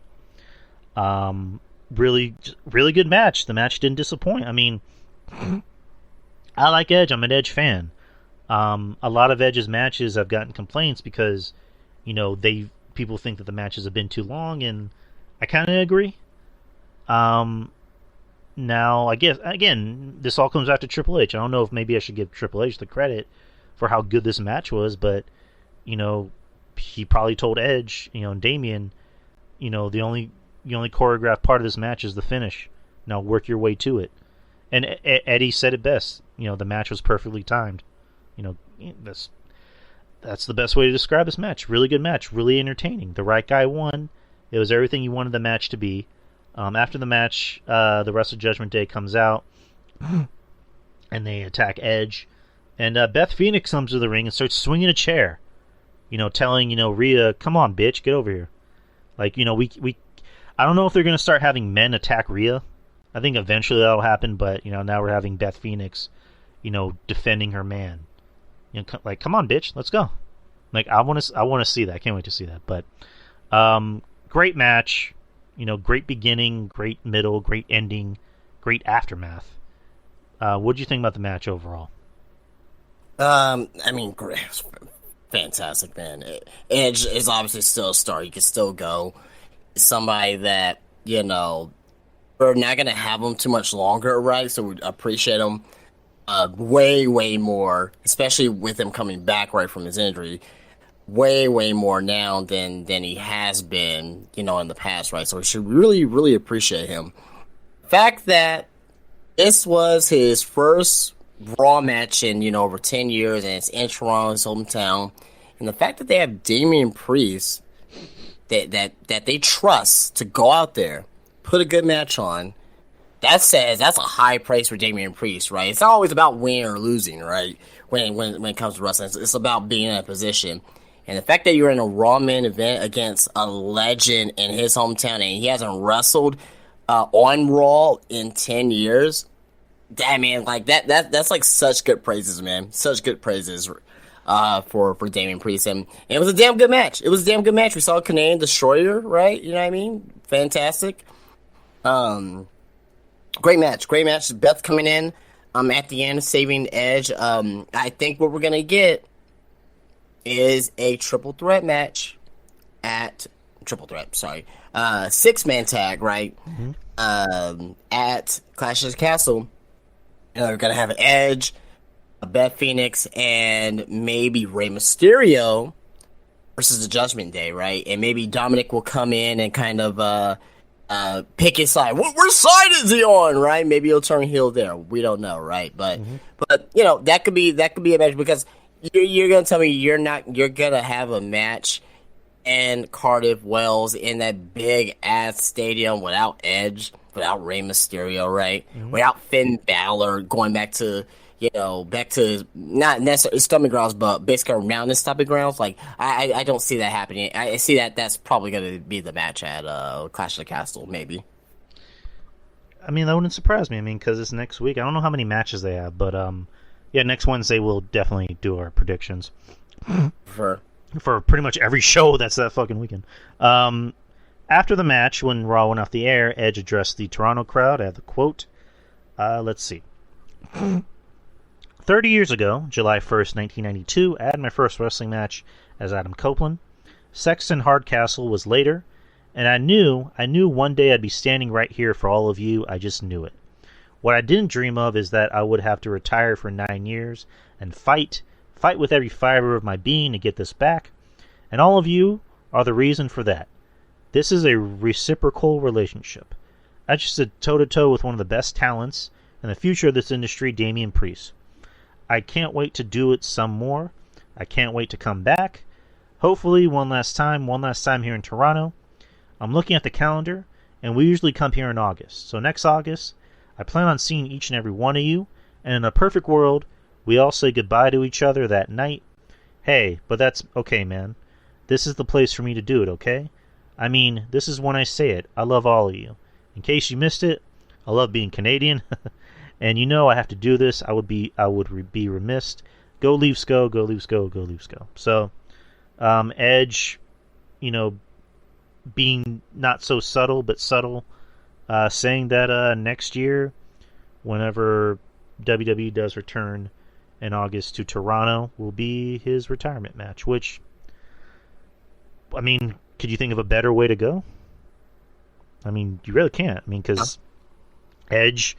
Again, this sounds like something out of a movie. Edge was retired for 9 years, with an injury that nobody could even think of coming back from. And he came back. He main evented. He was in the main event of WrestleMania. And he was able to he main evented Raw in Toronto. Had a really fucking good match. Lightning, retire in Toronto the same way Trish did in 06. Again, that'd be great. Just perfect storytelling. So, fuck, like I don't. I mean, I don't know if Toronto, because he said they usually come to Toronto in August, and SummerSlam's usually in August. This year was in the end of July, which is weird. But I would imagine, book SummerSlam in Toronto, and have Edge, have his retirement match. Like, do that. That's perfect storytelling. I mean, for me, like, I don't think that he's going to retire next August. I think he said this will probably be his last time in Toronto, not necessarily his last time in the ring. I can see him staying until at least through WrestleMania, because I don't know about you, I think Edge deserves world title reign. Not for like 10 months or anything like that. Give him a couple months. Give him like 2 or 3 months. 2 or 3 months with the title. I think he's owed that. I think he's deserved that. I think he's due for that. You know what I mean? But maybe he doesn't want to win the title. Maybe he doesn't want to win the title. Maybe he doesn't want to, do the house show circuit or whatnot. And I know that's not in his contract or whatnot, but yeah, I mean, I think that would be pretty cool if we can get one more title reign from Edge, right? You know what I mean? So, but again, we'll have to wait and see. This is gonna be a year down the line before we really see on what happens with them, though. But I'm happy for him. I'm happy for him. He's healthy, and we'll see what happens. And I agree with you. Like, just give him just like maybe like a 1 month title run, kind of like kind of could do with Shawn Michaels back in 2002, whenever he came back and he won it in the Elimination Chamber, and then he lost it the next month. Just like do that. Like, why not? Yeah, just give him. I mean, because and it would be a great story too as well, right? They have the great story behind it. At the end of the day, I think so. But I actually think that he's more of a wrestling guy as far as giving back to the business. So maybe he doesn't really want to win the title, right? And he just wants to have some good matches and put people over, though. But I just think that would be nice. I don't think a 1, 2, 3 month title reign will hurt anybody, right? Or hurt anybody, or maybe he can put somebody over, right? Maybe he can like put somebody over, as he gives up that title, man, and make somebody else better down the line too as well, right? I trust Triple H to write a story, to have a story done with Edge, give up his world title to a young upstart, right? Who would that be? I don't know, right? But maybe that can happen. You know what I mean? That's just wishful thinking, though. Yeah, you're not wrong. On that note, that's it for the news. We're gonna move on to questions, Q&A. All right, Q&A. And I believe Maurice has the first questions of the night, if I'm not mistaken. Oh, no, he does. Maurice, you have the first question of the night. Mm-hmm. Oh, you have the honors of having the first questions of the night. So, Maurice has 5 questions. Usually we'll ask 5 questions. So the first one, what was the strangest American PSAs you can remember? So, like, public service announcements. Like, what was the strangest, like, commercial that you remember? Man, well, so back in probably the early 90s, right? They used to have PSAs on TV all the time, and one I used to remember, it used to come on late at night, actually, right? Mm-hmm. Like you remember, like, before you go sleep at night, right? You know what I mean? They'll have like MASH on or something like that. Like, mm-hmm. That's when they used to play those PSAs. So there was this one PSA of this woman, right? And she was all, not necessarily seductive right now, but it was an attractive woman, and she was like talking about like, be careful with the forest. Don't light a match in the forest. It'll go on fire, and this, that, and the other, right? And at the end, she's like, be extra very careful, okay? She puts her head down and like, she like pulls a zipper down pretty much, right? And it fades away, and it's Smokey the Bear. And he's like, if you knew it was me, would you have listened? I was like, what the fuck? Like Smokey's a creep. Jesus Christ. Yeah. The strangest one I remember personally was the drinking and drive. It's a drinking and driving commercial, and it just begins with like you see this photo of this woman, and you hear her voice, you say, I'm so and so. This is what I used to look like before I got hit by a drunk driver, and the doctors had to, do everything they could to save me and like I guess save my face or whatever. And then she pulls the photo down. She doesn't even look human, dude. Like she looks like something out of a horror movie. She looks like an alien almost. And I'm seeing this as like, that came out like over like 20 something years ago, and that commercial like legit scared the shit out of me. I think I even had a nightmare about that woman, like chasing me or whatever. So I'd be walking into a room, and all of a sudden, I would just see that lady holding up her picture. I'm like, fuck, no, not looking at that. Or I would hear it, and I'd be like, crap. Eddie's saying, remember the commercial with the inflated woman high on pot? Oh yeah, I remember those. Like the one where it's just like, this is my friend Julie. She used to be so full of life. Then she started smoking pot. You remember those commercials? Yeah. Like, I don't really think those are creepy, or I mean, those are strange, but those are more just like, I think those are kind of funny. They used to make me laugh, actually. Like, I think Family Guy made fun of it. Meg used to be so full of life, and then she started smoking pot, and then Stewie goes, "Oh, did I just get a joy high?" And then he starts to deflate. He's like, "Oh no, I'm high." you remember the commercial where it's like the guy cooking eggs, like, this is your brain, this is drugs, this is your brain on drugs. Oh, was that the chick from She's All That? No, well, yeah, that version, but the original version was this guy. What was it, James Gandolfini? I don't know if it was him or not, but anyway. I know what you're talking about. I know what you're talking about. Yeah. I'll see if I can try to put it in the chat for later. But I remember the Evan Rachel, or not, her name's not Evan Rachel Wood. She was in the movie She's All That, and she did that same commercial where she's like, this is your brain on drugs, and then she starts going crazy and just starts throwing everything around the fucking like kitchen, and she's like, any questions? Yeah. She's like, this what your family does? Yeah. She was. Oh, I just thought of another one. So there was one with this girl where she gets in front of her mirror and she starts pretty much taking off her whole face. And it's like, this is what drugs does to your body and your face. And it's like she needs all this makeup to cover up the fact that she, whatever she's doing is like fucking up her face and her body. So I'm like, it's a little unsettling. So Maurice found the commercial I was talking about with the Smokey the Bear. Okay, this I need to watch. Okay. That is it. Oh my god, I gotta watch that later. Oh my god. Oh god. That's good shit. Uh-huh.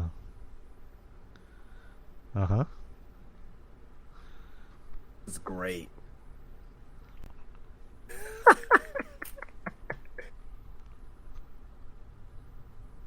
It's really good, man. What the fuck?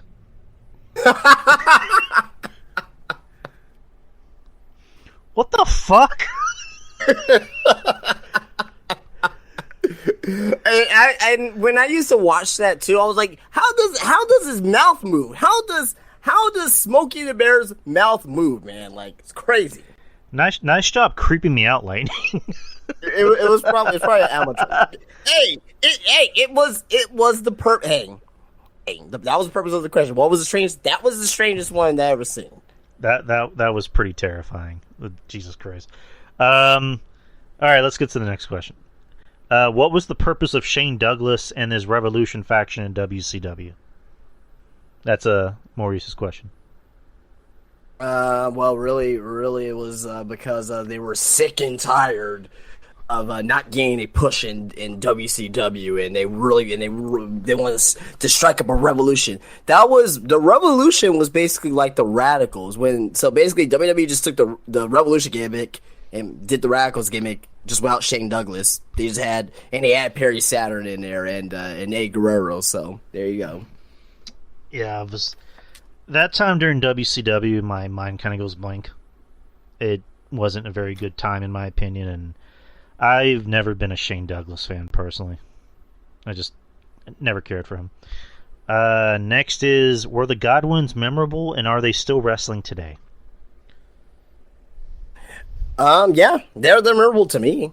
They're memorable to me. I mean, that was during the you know, I was gonna call it the golden era, man. Jesus Christ, man. During the new generation era.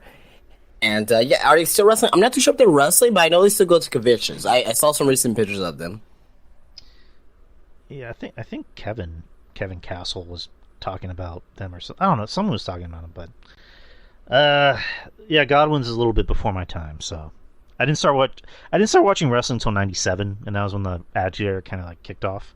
So I don't really remember the Godwins, but I know who they are, of course. Next is WWE once had the mini division.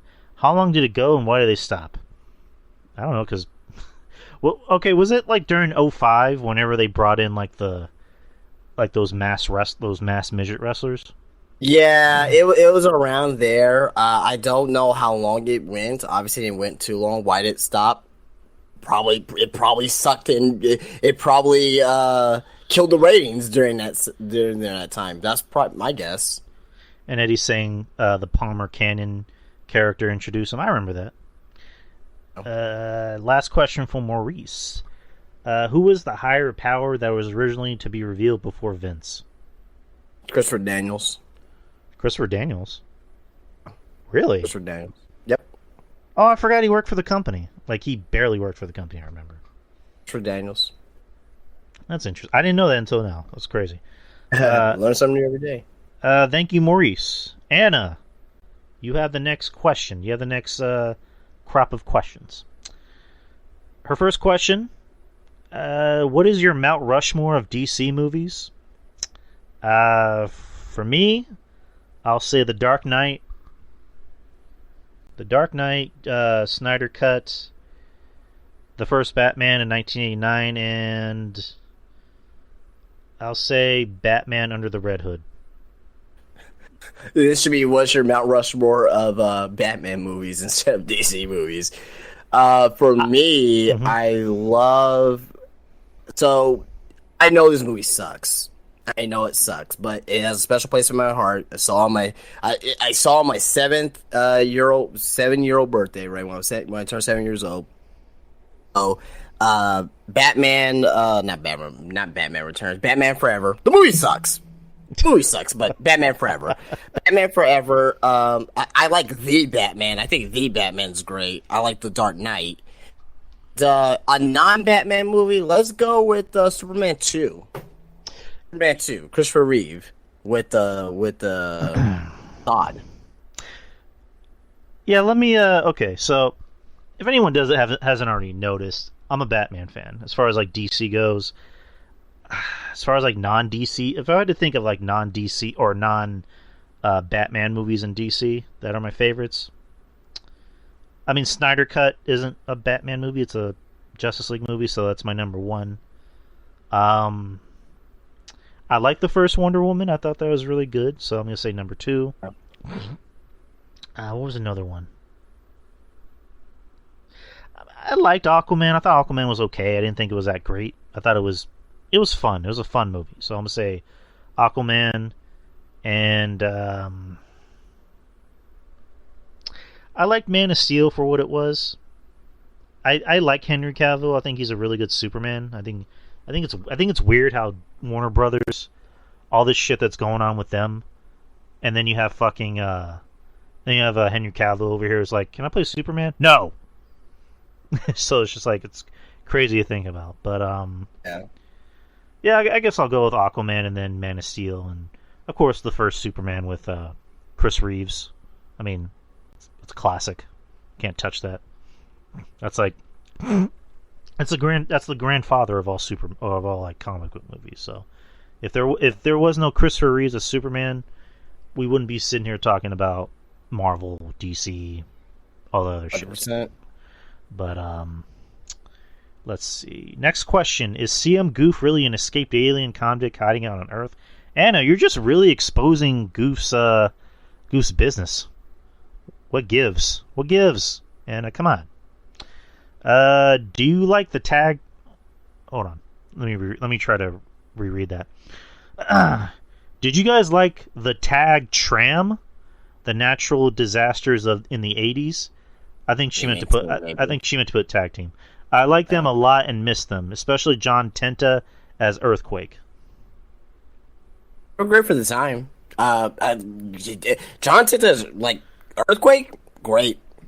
He was. I think he was a great big man. Had great mobility in the ring. Right, could cut a promo. Again, that's a little bit before my time. I didn't watch it at the moment, so can't speak on that. Next is what are the worst Marvel and DC movies of all time? So for Marvel, the worst ones I've seen, Morbius was bad. Fantastic Four, the one that came out in 2015, that was bad. I paid money to go see that shit. That's how, to this day, that still irks me that I paid money for that. Paid money for Morbius, too. What are some other ones? Elektra, that one was not very good. Lightning, I actually like the 2000s Fantastic Four movies, the ones with Chris Evans. I like those. Oh gosh. I mean, my God. those are goofy, but I'd pick those over the one that came out in 2014, in a heartbeat. At least those had personality. So yeah, Elektra, and what's another one?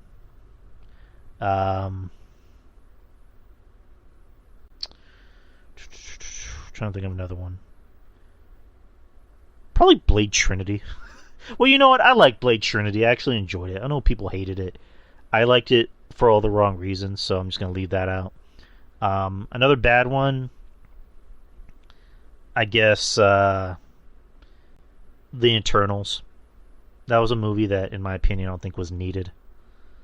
So, those are my 4 bad Marvel movies. Bad DC movies. Oh boy. There's a lot of them. Probably Superman 4, The Quest for Peace. Oh, I was gonna say that. Yeah. With what is it? Radioactive Man, was that his name? Yeah, Radioactive Man. I was actually gonna throw that one in the one, but then part 3, the one with Richard Pryor. Oh, sucked too. Oh man.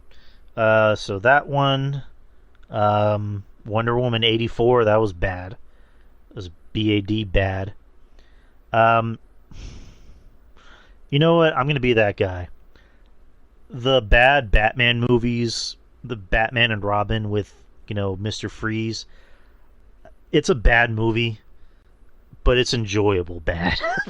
Oh yeah, exactly. The puns alone make it worthwhile. It's good cheese. There's bad cheese and there's good cheese. This was an example of good cheese. I didn't think Val Kilmer was a bad Batman. I just think the movie, everything around him was just kind of hokey. Everything else, what are some other bad DC movies?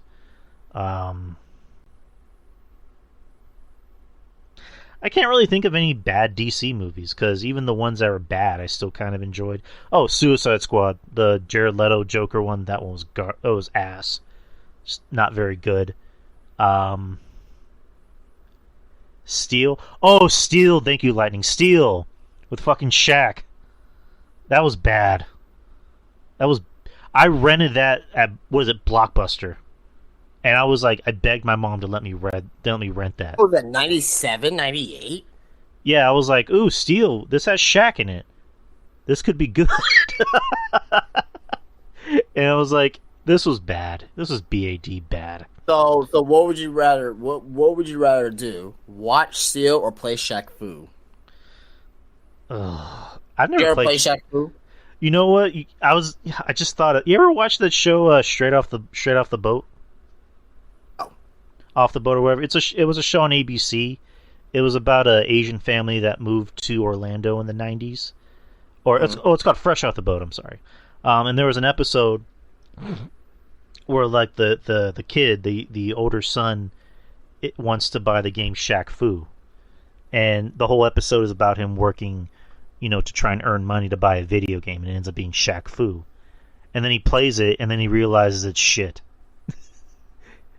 And so, I thought of that while I was talking, so, play Shaq Fu or watch Steel. Can I just do neither? I rather play Shaq Fu. I mean, I had a decent time with that game. It sucked. It was terrible, but there you go. So, if you had to pick your worst DC or Marvel movies, what would they be? I mean, we talked about pretty much all of them, but I really hate the Fantastic Four, especially the Rise of Silver Surfer, man. Like, you mean to tell me that's fucking Galactus, fucking Cloud? Go fuck yourself, all right? Exactly. Yeah, but that we talked about the Superman movies, 3 and 4. What was like the Superman Returns? Like, what was like the 2005, 2006 one? Oh, the one with Brandon Routh? Yeah, that one sucked. That one. You know what? I didn't think he was that bad, personally, in my opinion. I didn't think he was bad. I didn't like. I don't know. I just didn't like the movie overall. Right. Okay. It didn't really click with me. Marvel movies. I think Iron Man 3. I don't like Iron Man 3. Yeah, that seems to.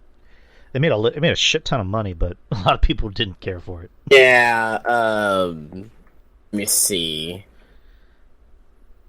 It's like Lightning. I like Spider-Man 3 for the wrong reasons. Yeah. You're talking to a person that has a Venom tattoo on his arm, and God, man, God, I hate. Sucked. Oh, can I add another bad Marvel movie? Sure. Punisher Warzone. Oh yeah, that's bad. That's really bad. And you said you have a Venom tattoo. You know what? Yeah, you know what? I'm gonna give you a bad. I'm gonna give you a bad Marvel movie, but not a lot of people remember that this was a Marvel movie. Howard the Duck. Ooh. Howard the Duck. Oh, He sucked. Jesus Christ. Howard the Duck. As a matter of fact, let's just add in there Ghost Rider 2. Yeah, Ghost Rider 2 was bad. It was BAD bad. It's like... Right. I'm done.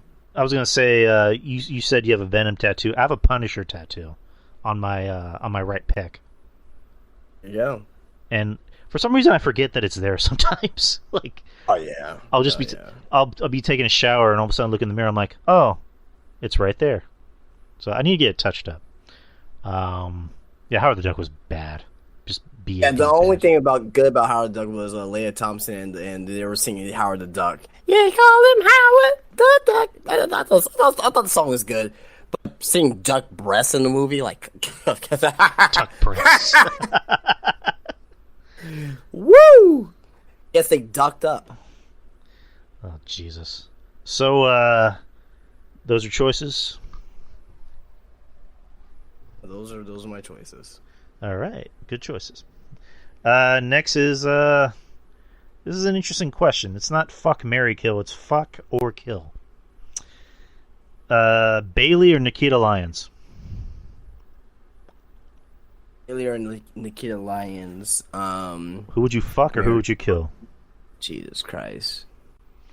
I mean, you already know what I'm on. Yeah. Gotta go Nikita, man. Gotta fuck Nikita, man.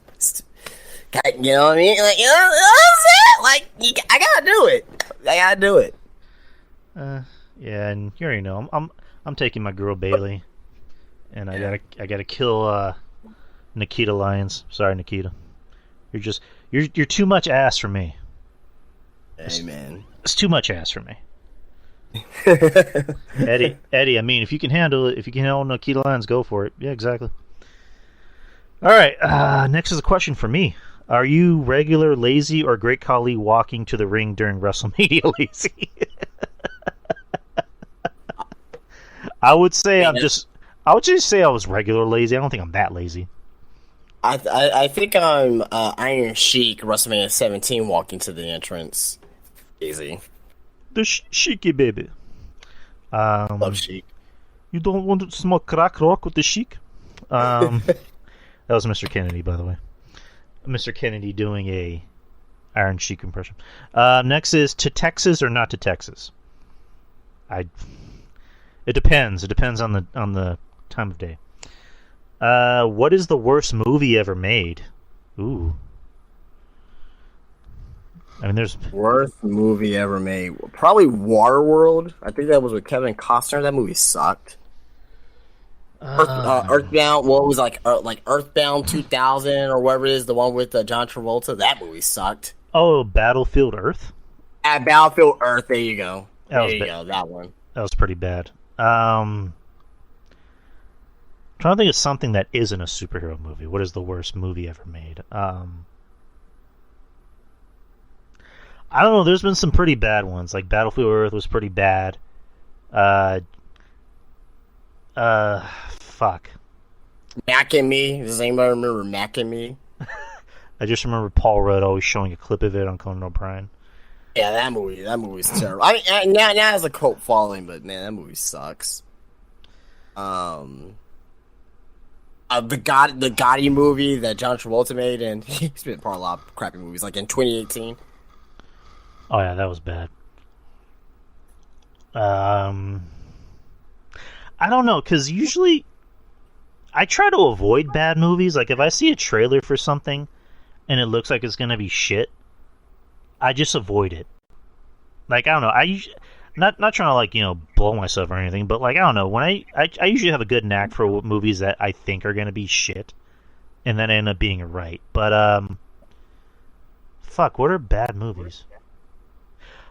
I just thought probably Police Academy 6 or 5. I just thought of one. Earth Girls are easy. Oh jeez, I don't think I know that one. That's from the 80s. That has a young Jim Carrey, a young Jeff Goldblum, and a young Damon Wayans. Wow. Okay. And so, the plot so it was a comedy, I'm assuming. Yes, and it was a musical, which I hate musicals. Oh my god. The plot of it was, who's the chick from League of Their Own? Gina Davis? Gina Davis, there you go. She plays just a regular girl, and all of a sudden 3 aliens come from space. And it's the 3 actors I mentioned. And basically she ends up falling in love with Jeff Goldblum. Oh yeah, another bad Jim Carrey movie from the 80s. Once Bitten. And this that movie sucked. And this was Jim Carrey, again, Jim Carrey before he was Jim Carrey. That movie sucked. That was bad. What about Buffy the Vampire Slayer? I didn't think that was that bad, personally. I mean, it wasn't that bad. I don't really care for Chrissy Swanson, personally, but I didn't think it was that bad. What about Bucky Larson? Born to be a Star. That movie was terrible. I had to turn that off because it was that bad. Like I was watching it on free cable, mind you. And I watched it. I'm like, this is just gross. So I just fucking turned it off. Adam Sandler and Jack and Jill. I didn't see that shit for obvious reasons. Okay. How about Mortal Kombat Annihilation? Ooh, that's like a mountain of shit right there. Yeah, it was too much CGI for me, man. And I love Mortal Kombat. That's my favorite fighting franchise ever. So, Mom, you're alive. Too bad you will die. You'll die. Blood Rain, when they made that. I think Blood Rain was a video game movie. I know what you're talking about. I haven't seen it. Terrible movie, man. It's all like when you were a kid, and you know this for a fact, Drew. Like when you were a kid in the mid 2000s, right? In middle school, right? You have nothing to do on Friday night. You just play video games and watch movies, and that's why I did it. And I watched a lot of shit when I was like 12, 13 years old. 11, 12, 13, 14, 15 years old. That was shit. Mm-hmm.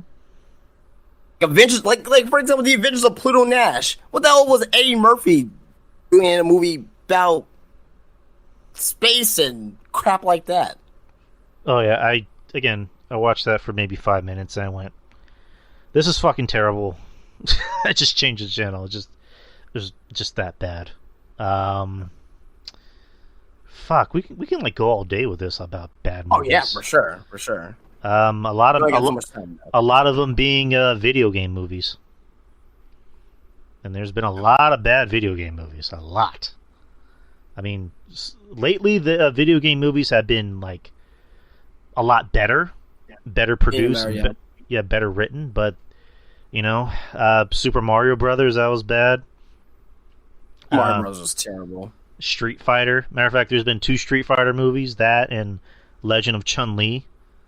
Like, actually, you know what? I take that back. I like the first Street Fighter movie.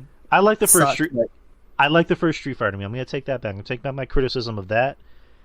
Raul Julia, that was his last movie because he actually filmed that movie knowing that he had cancer, knowing he was going to die. Yeah. And he did that for his kids. So much respect to Raul Julia. I like that movie. It's cheese. It's good cheese. Chun-Li was bad though. It was bad. And just other video game movies since then. I mean, again, lately a lot of them have been a lot better, like Sonic the Hedgehog, Detective Pikachu, and they're doing more actually. The Uncharted movie I thought was okay. I mean, even though I'm watching it the whole time, I'm like, none of this is actually in the game. Like, I like Tom Holland, but he's not Nathan Drake. Mark Wahlberg doesn't look or sound anything like Saul, but it was okay for what it was.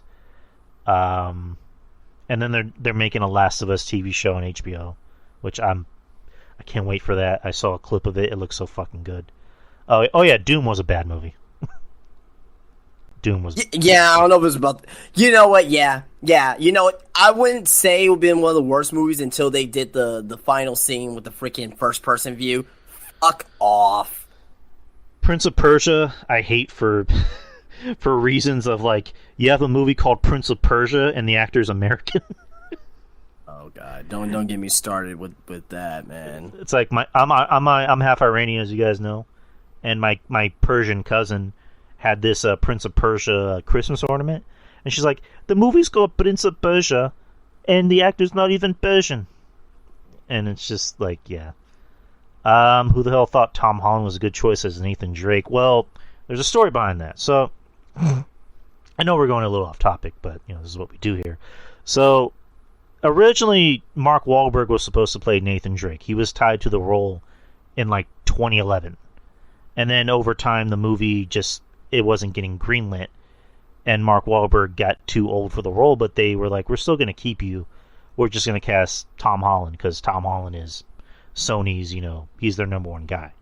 He's their, golden goose. So, but I like Tom Holland, but he wasn't right for this role. But anyways, let's move on to the next question. That was a good question, Anna. That was a fun question, actually. Anna has a question for me. Are you secretly Rhea Ripley's love slave? I can't deny and I can't confirm. I'll put it that way, but you'll never find out. Yes. Justin is. See, Justin. I have the bruises to prove it. Oh God. Oh my. Let's see. Riddle me this and riddle me that. Ooh. So Anna has her own riddles. Riddle. George, Helen, and Steve are drinking coffee. Bert, Karen, and Dave are drinking Pepsi. Following this pattern is Elizabeth drinking coffee. What the fuck does that mean? I'm like, what? No, she's water, of course. I guess she's drinking water, Anna? I don't know. I don't know that one. Okay, next question. Or next riddle. One of these words does not belong. Which is it and why? Brawl, carrot, change, clover, proper, sacred, stone, 70, swing, and travel. Okay, let me repeat those words. Brawl, like a brawl for all. Carrot, change, clover, proper, sacred, stone, 70, swing, and travel. Which of these words do not belong and why?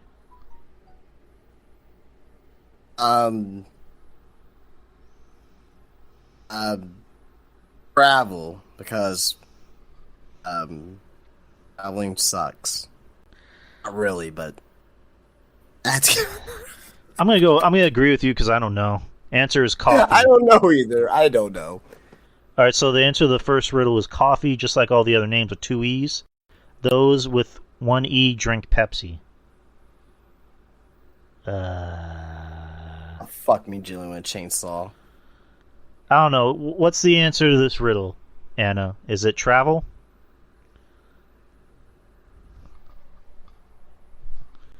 We'll wait for Anna's answer. Last one is without a bridle or a saddle, across a thing I ride a straddle, and those I ride by help of me, through or not through, though almost blind, are made to see. What am I? Okay. Without a bridle or a saddle. across a thing I ride a straddle, and those I ride by help of me, though almost blind, are made to see. What am I? Almost blind. A mouse. Is it a mouse? Oh fucking no way. Oh, I thought, but I just heard the word blind and started thinking about three blind mice. Thankfully, I'm getting drunk because of these riddles. Eddie said, "Yeah, lucky you." Anna, we're stumped. Is it mice? God damn it, Anna! How are you not here for your own riddles? Like leave the riddles to Goof. Jesus Christ! I'm kidding, Anna. Those are good. Thank you. We'll wait for your answer. Next is Eddie. Eddie is here to ruin our day. I'm playing. First one is buy or sell. NWA, not NWA. NWOB team or current Bullet Club? Buy NWOBT, sell Bullet Club. I'm gonna go with you. Jinder Mahal is WWE champion or CM Punk is AEW champion? I mean, it's controversial right now, but buy Punk as champion, sell Jinder Mahal as WWE champion. Yeah, Jinder Mahal is just fucking terrible. So sell him. At least Punk has some value, question mark. Next is Street Profits or Hit Row? Sell Hit Row, buy Profits. Same. Hit Row is just bad. F, Marry, Kill. All right, here we go. Dana Brooke, Natalya, or Charlotte Flair? Kill fucking Dana Botch. Fuck her. Hate her. Just fuck her, alright? Sucks. Natalya and Charlotte Flair? What? These are like... God. Alright, Mary, I guess. Yes, marry Charlotte? Fuck Natalya, because I can't go... I mean, at least I could do it, Natalya's nagging for one night instead of, like, all my life. Oh, no, she probably hasn't had anything in that vagina for years. Yeah, kill Dana because she sucks. Probably botch sex. Botch sex. How do you botch sex? You will be amazed. You will be amazed. I'm sorry, I farted. She ends up breaking my dick. Or something, right? Yeah, I slipped on it the wrong way. Yeah, or however, right? Yeah, like, Jesus Christ. You're welcome, Eddie. So Eddie's a choker. Oh shit! I'm playing. Natalya and Charlotte. Jesus Christ. I mean, at least Natalya has some curves on her. I mean, Charlotte doesn't have an ass. Fuck. Natalya's boobs are fucking like hanging on for dear life on TV every week. Oh, fuck. At least Charlotte's flexible. So I'm gonna say fuck Charlotte and marry Natty. Yeah. So, yeah, we'll go with that. Next is Jesus Christ, this list. Mercedes Martinez, Thunder Rosa, or Tay Conti? Mercedes Martinez. She's a lesbian, right? I mean, she'll probably fuck me. Jesus. She's bisexual, as Eddie's saying. Well, I mean, yeah, Jesus, man, she'll get the strap on ready for me. Like, I'm not. You're not doing the fucking around here. Like, oh, Jesus Christ. Assume the position. Well, I say at least use lube. Jesus. So I'll say fuck Tay. Hmm. No, I don't know whose personality sucks more. You know what? I actually like Rosa. I mean, I'll fuck Tay and marry Rosa and kill Mercedes. so I'll kill Mercedes. I actually like Rosa because Rosa actually seems like she's cool. She doesn't seem like a fucking asshole. I mean, Yeah. I'm gonna sound like a dick here. She has a nice body, but her face, She has a face like a bulldog. like a foot. I love you. I love Thunder Rosa, but just call it what it is. I mean, it's like a bulldog. You know what I mean? She's wifey material. I'm gonna marry Rosa. I'm gonna fuck Tay. Here you go. Here you go. So sometimes it's about the personality. She has a great personality, though. So that does it for me. I Mine's like bulldog. personality. Next is this is old school, by the way. Ivory, Jacqueline, or Victoria? Oh wow. Well, I'm definitely fucking Victoria. Like that list. Mary Ivory and I love you, Jackie, but I kill you. Yeah, Jackie will probably fuck us. Kill Jackie. I don't know. I don't know. Did you ever see that X-Pac you shoot where he said Ivory's hot, but she doesn't know when to shut the fuck up? Oh yeah, I seen that. So I don't know. I'd probably fuck Ivory and then marry Victoria because Victoria seems like she's pretty cool. So marry her. Next is World Champ, Mid Champ, or Fire. Montez Ford, Angelo Dawkins, or Cedric Alexander. World champ, Montez, mid-card, Cedric, Fire, Angelo. And Angelo's been so damn good lately too, but I really like Cedric Alexander. I'm gonna do the same. I like Cedric too, especially after last week when he had that tag match. Like that, he seemed like he was rejuvenated. Next is Chad Gable, Otis, or Mustafa Ali. Ooh. Even though that we just talked about, I'm sorry about Chad Gable. I'm gonna go with the mid card champ for Chad Gable. Mustafa Ali, I'll probably put him as a road champ. He could cut a goddamn promo. I think he could carry feuds. And unfortunately, Otis. I'm gonna do a switcheroo.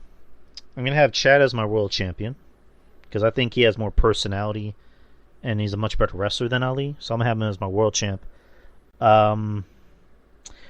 Again, Ali seems more rejuvenated in this new era, especially teaming up with Cedric.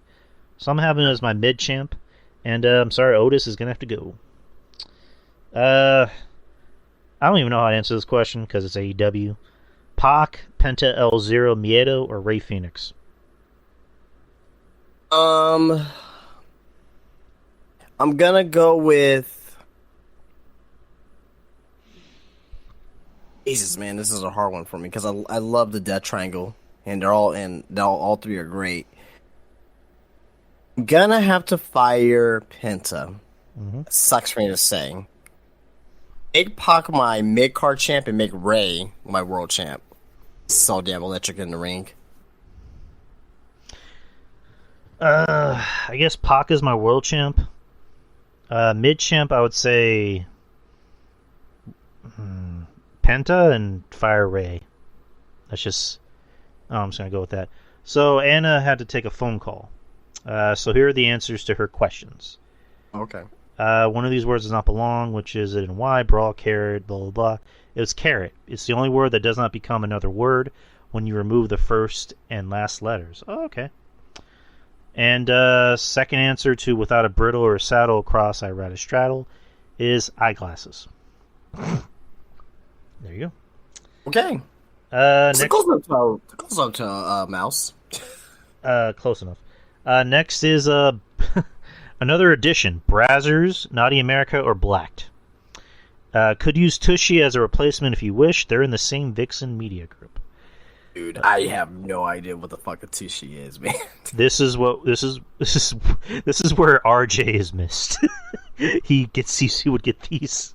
Jesus Christ, man! I just go to X videos, man, or Pornhub, man. That's all I need, man. But you know what the first three are, right? I am aware. Yes. All right. First bracket. Angelina Love, Velvet Sky, and Madison Rain. So basically the beautiful people. Beautiful people, huh? So, who would get blacked? Velvet or Madison?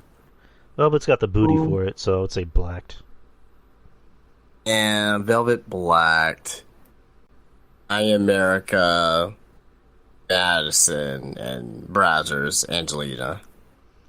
I personally don't want to see Madison Rain in a porn, but we're just choosing. Next is Penelope Ford, the Bunny, and Anna Jay. Anna Jay and blacked. The Bunny and I America and Penelope. Well, no, Brazzers for the Bunny and Penelope and I America. I'm gonna agree with all that. This is an interesting one. This is, man, RJ's missing it. He would have a heart attack with this question. Bailey, Nikita Lyons, or Naomi? Oh my God, man, my PC just got a boner from that. Jesus Christ, man. I had to kick it down for a second. Let me see. Well, Nikita Lyons is black. Like that's 100% obvious right there. Naomi, probably not America. Bailey, Brazzers. I'm gonna switch it. Nikita Lyons isn't black. I'll stick to that. I'd say Naomi and Brazzers and Bailey and Naughty America. Okay. All right. He has 2 more questions. If you were in charge of AEW, you're given a third in-ring wrestling show by Warner Discovery. How would you use that third show? I mean, they already have too many shows as is. I mean, they obviously have Dynamite. They have Rampage. They'll have Battle of the Belts. They have their YouTube shows, which aren't needed. Rampage really isn't needed. Personally, I don't think AEW should even think about making another show. Like, just focus on Dynamite, focus on your pay-per-views, because I think when this is all said and done, when, Warner Discovery is looking at AEW, they look at it as like, okay, we don't want Rampage, we don't want Battle of the Belts, we're just keeping Dynamite, so focus on Dynamite. That's just me. But what do you think? I think that, and I always thought that this idea to come back in some way will be great. We should have done this years ago. Have a sit-down talk show, kind of like a Jay Leno or Jimmy Fallon, things of that nature, where you'll actually have the wrestlers come on and do a talk show, right? You can have Tony Schiavone hosted or Tad or someone that could be a good host, right? And also in that studio, you'll have a wrestling ring there where you can have a match or 2 on that show as well. It could be 1 hour long, right? 1 hour long once a week, right? And have that. Well, basically, this will be a good place to build promo or build up, people that are doing promo work. Also, on top of that, building up matches and views and give us a match or 2 on that show. I think that would be a pretty cool idea. Not a bad idea, but personally, I just don't think they should have another show. Well, I think it'll be a cool idea, not just for AEW. Maybe have WWE give that a try, right? You know what I mean, right. And see what it do. But I just think the concept is cool. Do they need that? Hell no, they don't. But I think it'd be a cool idea to see in wrestling. Right. Eddie has one more question. You're Triple H, and you're told by Stephanie and or Nick Khan you had to release 5 wrestlers from the main roster. Who's gone? Oh boy. It's gone? If you're Triple H, you're told you have to get rid of 5 wrestlers. Who are you getting rid of? You want to go first on this one? Yes, please.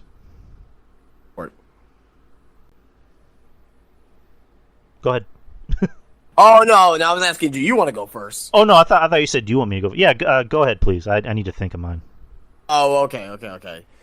Well, for me, I mean, this is not too hard, right? So we're gonna get rid of. Let's think about this for a second. Let me just make sure that who I'm thinking about we'll get rid of. So we'll get rid of Dana Botch. She's not needed. She can, she can go botch her life somewhere else. Shanky, SmackDown, right? So that'll be one right there. Who else? The main roster's already been gutted already, right? So Dana Bot, Shanky. We can do Shelton Benjamin. He can stay in the company, be backstage, and be like a producer or whatever. But as on screen, yeah, he doesn't need to be there anymore. So, who else?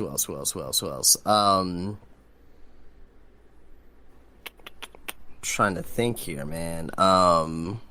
Reggie. What's he there for? Bye. And Jinder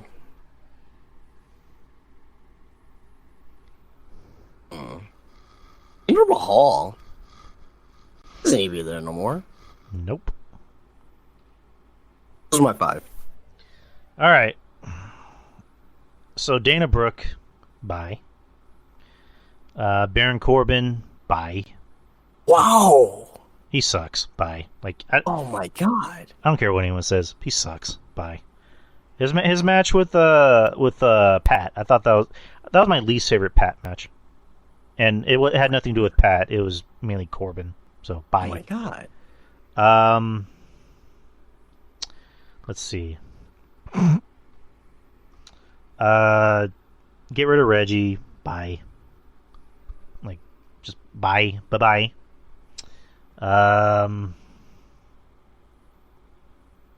Get rid of Aaliyah because she's not good at all. Bye. Oh yeah, fuck her. Yeah, she's gone too. Can I make it 6? Fuck her. Why not?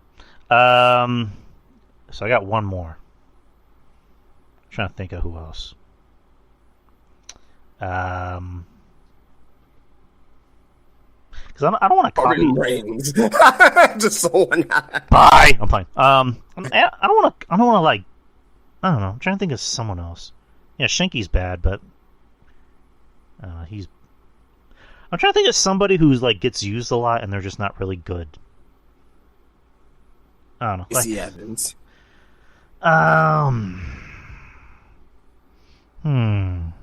She has a moonsault.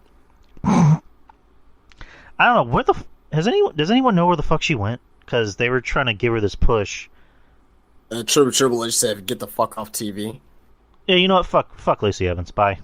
So those are my 5. But so that's Eddie. So thank you, Eddie. Also, guys, try to keep the questions channel primarily for questions. I'm having a hard time finding some questions, so try not to clog up the channel too much. So this is what the chat room is for. Anna has one question and mainly a lot of statements. How was Texas, Drew? It's hot. It's fucking hot. And it's also humid. It just rained, and it's kind of that sticky feeling, that really ugly feeling you get where it feels like it's on your skin. It sucks. It sucks. Even Justin can attest to it. Right, Justin? 100% correct. I wouldn't recommend it to anyone. And next aren't really questions. They're just statements. Drew, deposit care if Jeff Lippman gets prostate cancer. Okay. Drew, King of Ireland. Okay. Drew is highly Persian, Irish, and Iranian. Drew is really 7. These are just statements from Jeff Lippman, Anna. You're just copying what Jeff Lippman said on our Patreon show. How many more questions are there? Surprisingly, no questions from Kyle. So wow. CM Goof, I'm actually hurt by that. CM Goof has the last questions of the night, so let's get ready for CM Goof's question. And he mentioned that he probably won't be here. I'll be at work when the show is airing, so I won't be able to respond to any questions, comments directed towards me. So CM Goof has an F, Marry, Kill question, the first one of the night, and we have to click on it. Alright. Okay, so let me just... I don't know if you have it open, man. Do you have it open? Yeah, I'm opening it up right now. So let me know when it's open. It's open. Alright, so the first one is some Asian girl. I don't want to say some Asian girl, but Asian girl. Her name is Mayu Amasaki. Killer Kelly, she's in Impact Wrestling, and Kayla Braxton. Ugh. So I know who I'm killing. Kayla Braxton, because she just... Oh, you don't like Kayla? She has... I don't know, she kind of exposed herself with that whole thing of, I looked annoyed because you were disrespecting Liv. It's like, they literally said you tapped out. That's not disrespect. That's something that actually happened, so... Bye. Who would I fuck and who would I marry? Oh boy. Is Kayla Kelly British? She's from Portugal, I think. Ooh. So I'm definitely marrying her, and I'm fucking Mayu. So I'm flipping that. I'm fucking Killer Kelly. I've been in love with this woman for a while. So Killer Kelly and marrying Mayu, and fortunately killing Kayla. All right. Sorry, Kayla. I like Kayla though, for the most part. Who are the Dallas Cowboys losing to in the playoffs this year? We all know they're not going to be in the Super Bowl. Jesus Christ. I don't know. I mean, I try to root for the Cowboys, but it's just like they fuck up. Like it's like Stephen A. Smith says, what absolutely can happen will happen. So I don't know who they're losing to. I'm not really going to take a guess, but if they make the playoffs, they're going to find a way to lose. What about you? They're not losing anybody. We're going to the Super Bowl. We're winning the Super Bowl this year. We are going to be popping champagne. It's going to be great. We're not losing to nobody. Nobody. I don't care what anybody says. I'm not bitter. Well, you say I'm bitter. I'm not bitter about us losing last year. People, he's got literal steam coming out of his ears. Ooh, I'm not bitter at all. Next question. Why is Anna stealing my gimmick? This aggression will not stand, man. Hey, that's something between you and Anna. I'm not going to get involved in that. Is Anna secretly the Decepticon known as Starscream from Transformers on a recon mission for Megatron? Or the Predacon Transformer known as Tarantulas of Beast Wars on a recon mission for Megatron? Sure. Uh-huh. I agree with Justin. Maybe I am, maybe I'm not. That's what Anna says. I'm gonna believe Anna on this one. Why have we never been told how to get to Sesame Street? Don't you think it's unusually rude for them not to tell us how to get there despite asking us for years if we know how to get there? I mean, he has a point. Yeah, very, very rude. Very, very rude. I mean, maybe in the lyrics it could have been like, you gotta get to Sesame Street, from Elm Street. I don't know. And you have to make a detour through Silent Hill, so... There you go. It's a rough get. Super Bowl predictions. Who's going to be in it and who's winning? Cowboys are beating the Chiefs. There you go. The defending champs are the Rams. So, I mean, they got to get... Whoever wins has to get through the Super Bowl champs, so... I don't know. NFL, football's weird, because basketball, you can already tell who's going to win. Like, with the NFL, it's like... You can either be the best defensive team and win the Super Bowl, or you can be the best offensive team. Whereas basketball is more like, the Warriors are going to win, even though they may be like the third seed. So I don't know.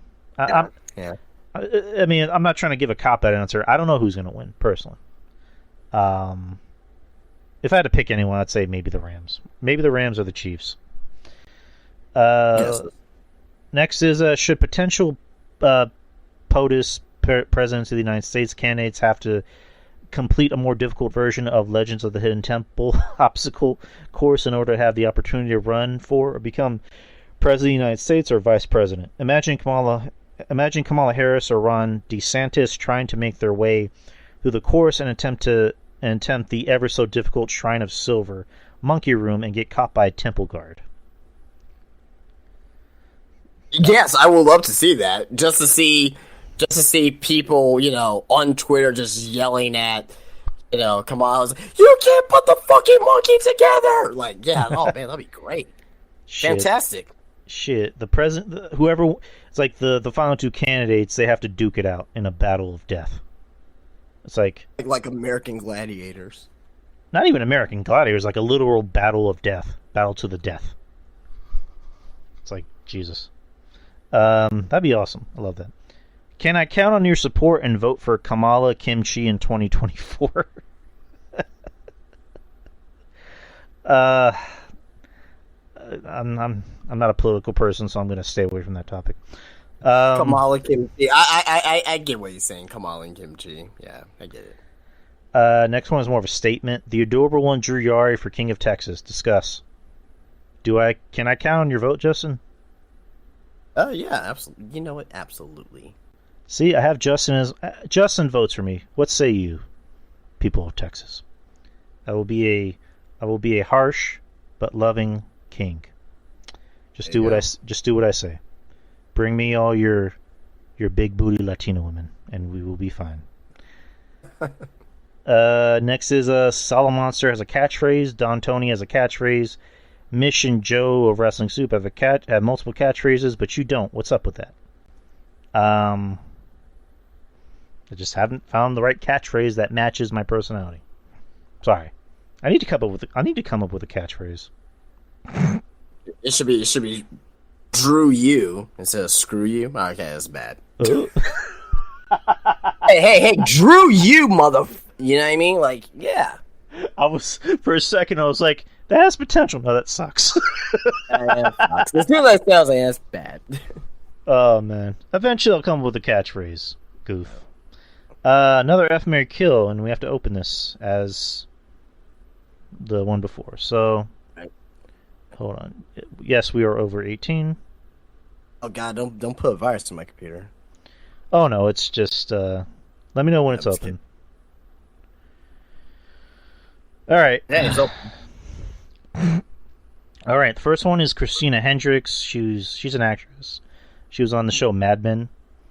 Ashanti, and Jennifer Lopez.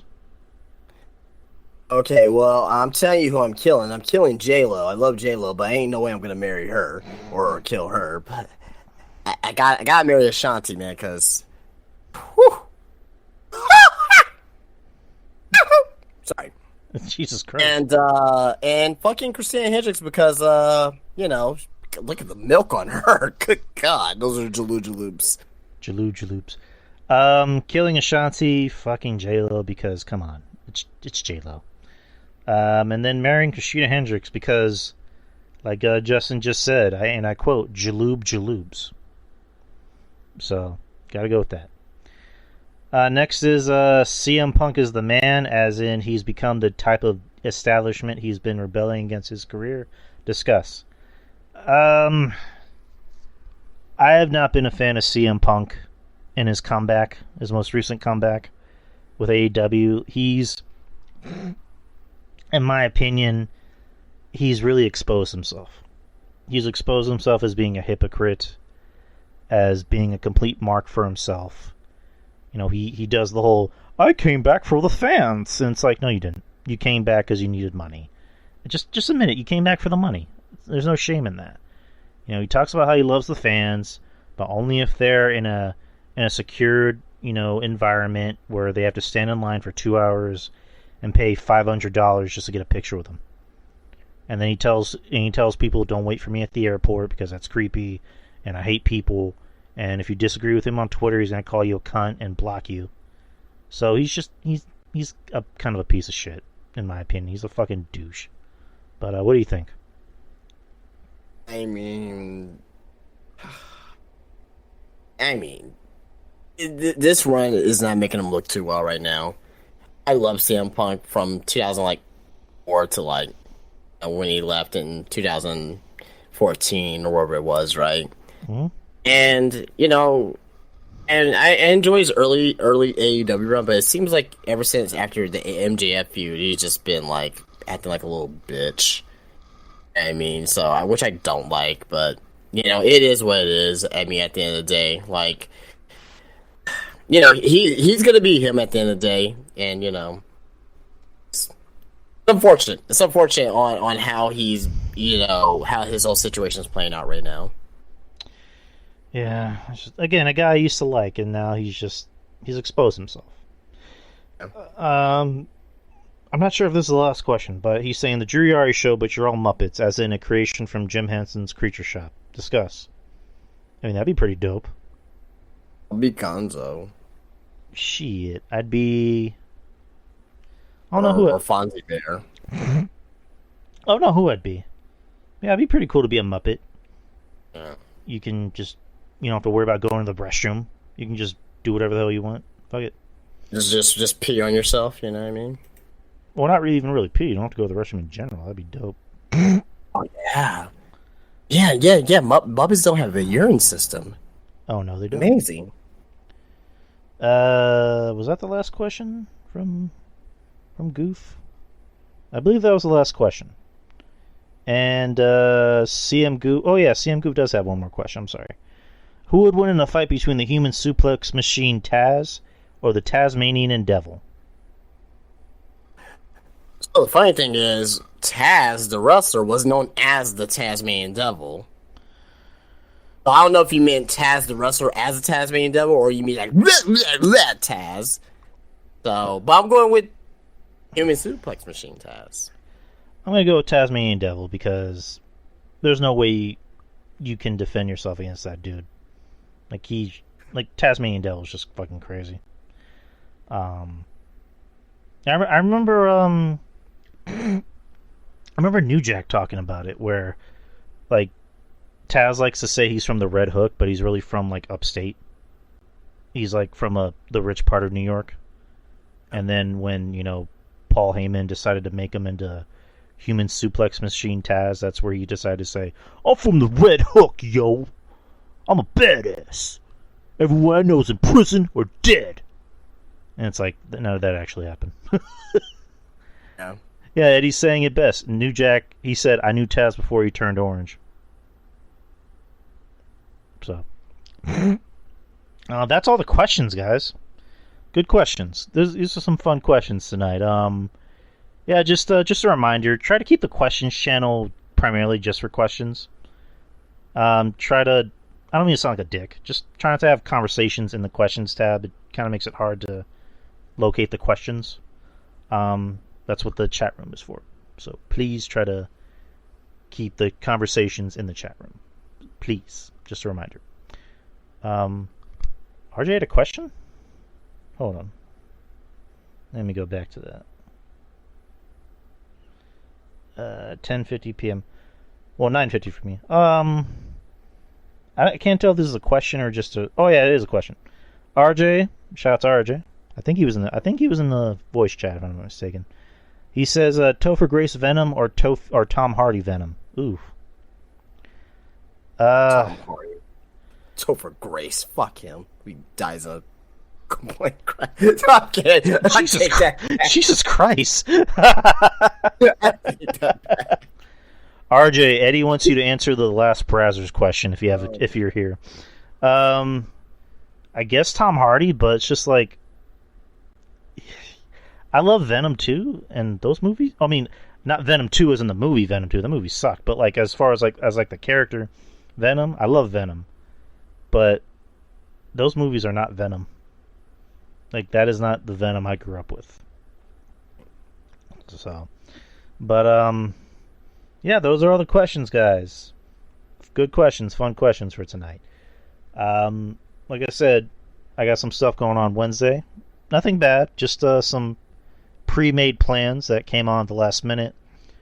So instead of canceling, because I hate canceling shows, I just decided to move it back a day before. So you get a special Tuesday show. Next week, I'll be back same day, same channel, same time. And that will be a prediction show for what is it, Clash of the Castle, and then you got I forgot if there's an NXT UK show, the Worlds Collide show. You got Clash of the Castle, you got the NXT UK show, Worlds Collide, then you got All Out. So it is a full wrestling weekend coming up. If you're a wrestling fan, like this is gonna tickle that funny bone that you like to have tickled. Yeah, fuck Walmart. I agree with you, Eddie. Fuck Walmart. But yeah, just see you guys next week, and you know where to find me.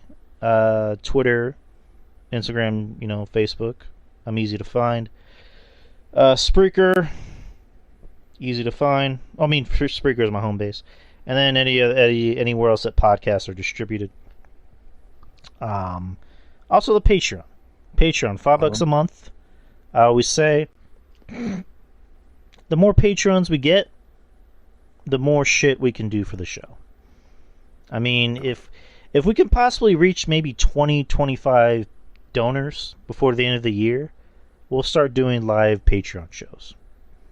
How's that sound, guys? Sound good? Also, again, the more donors we get, the more tiers we can make. I mean, fuck, I can even start giving away shit. I mean, who wants some of my shit? I'm pretty sure you want my shit. Who doesn't want my shit? Oh my god. My literal shit, I'm playing.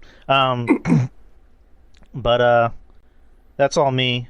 Patreon, $5 a month, good ass deal. Tell everyone where they can find you, Justin.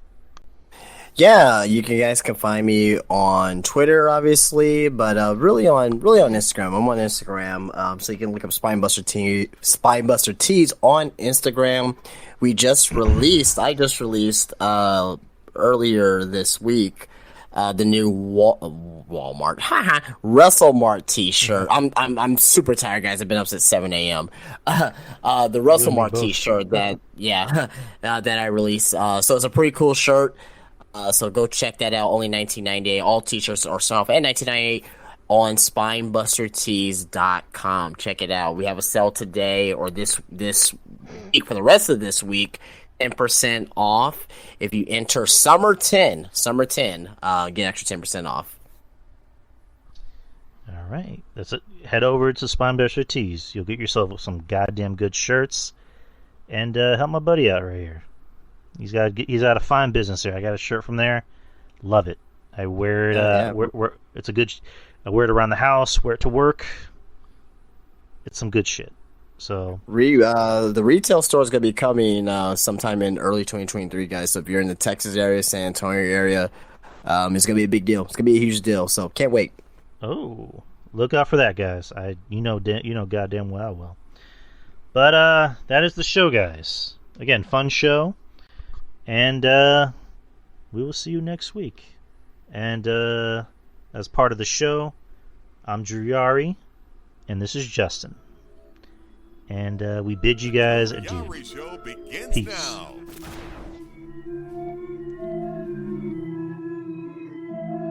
The Drew Yari Show. It's Drew Yari. It's Drew Yari. The Drew Yari Show. It's Drew Yari. It's Drew Yari. The Drew Yari Show. It's Drew Yari. The Drew Yari Show. It's Drew Yari. The Drew Yari Show. It's Drew Yari.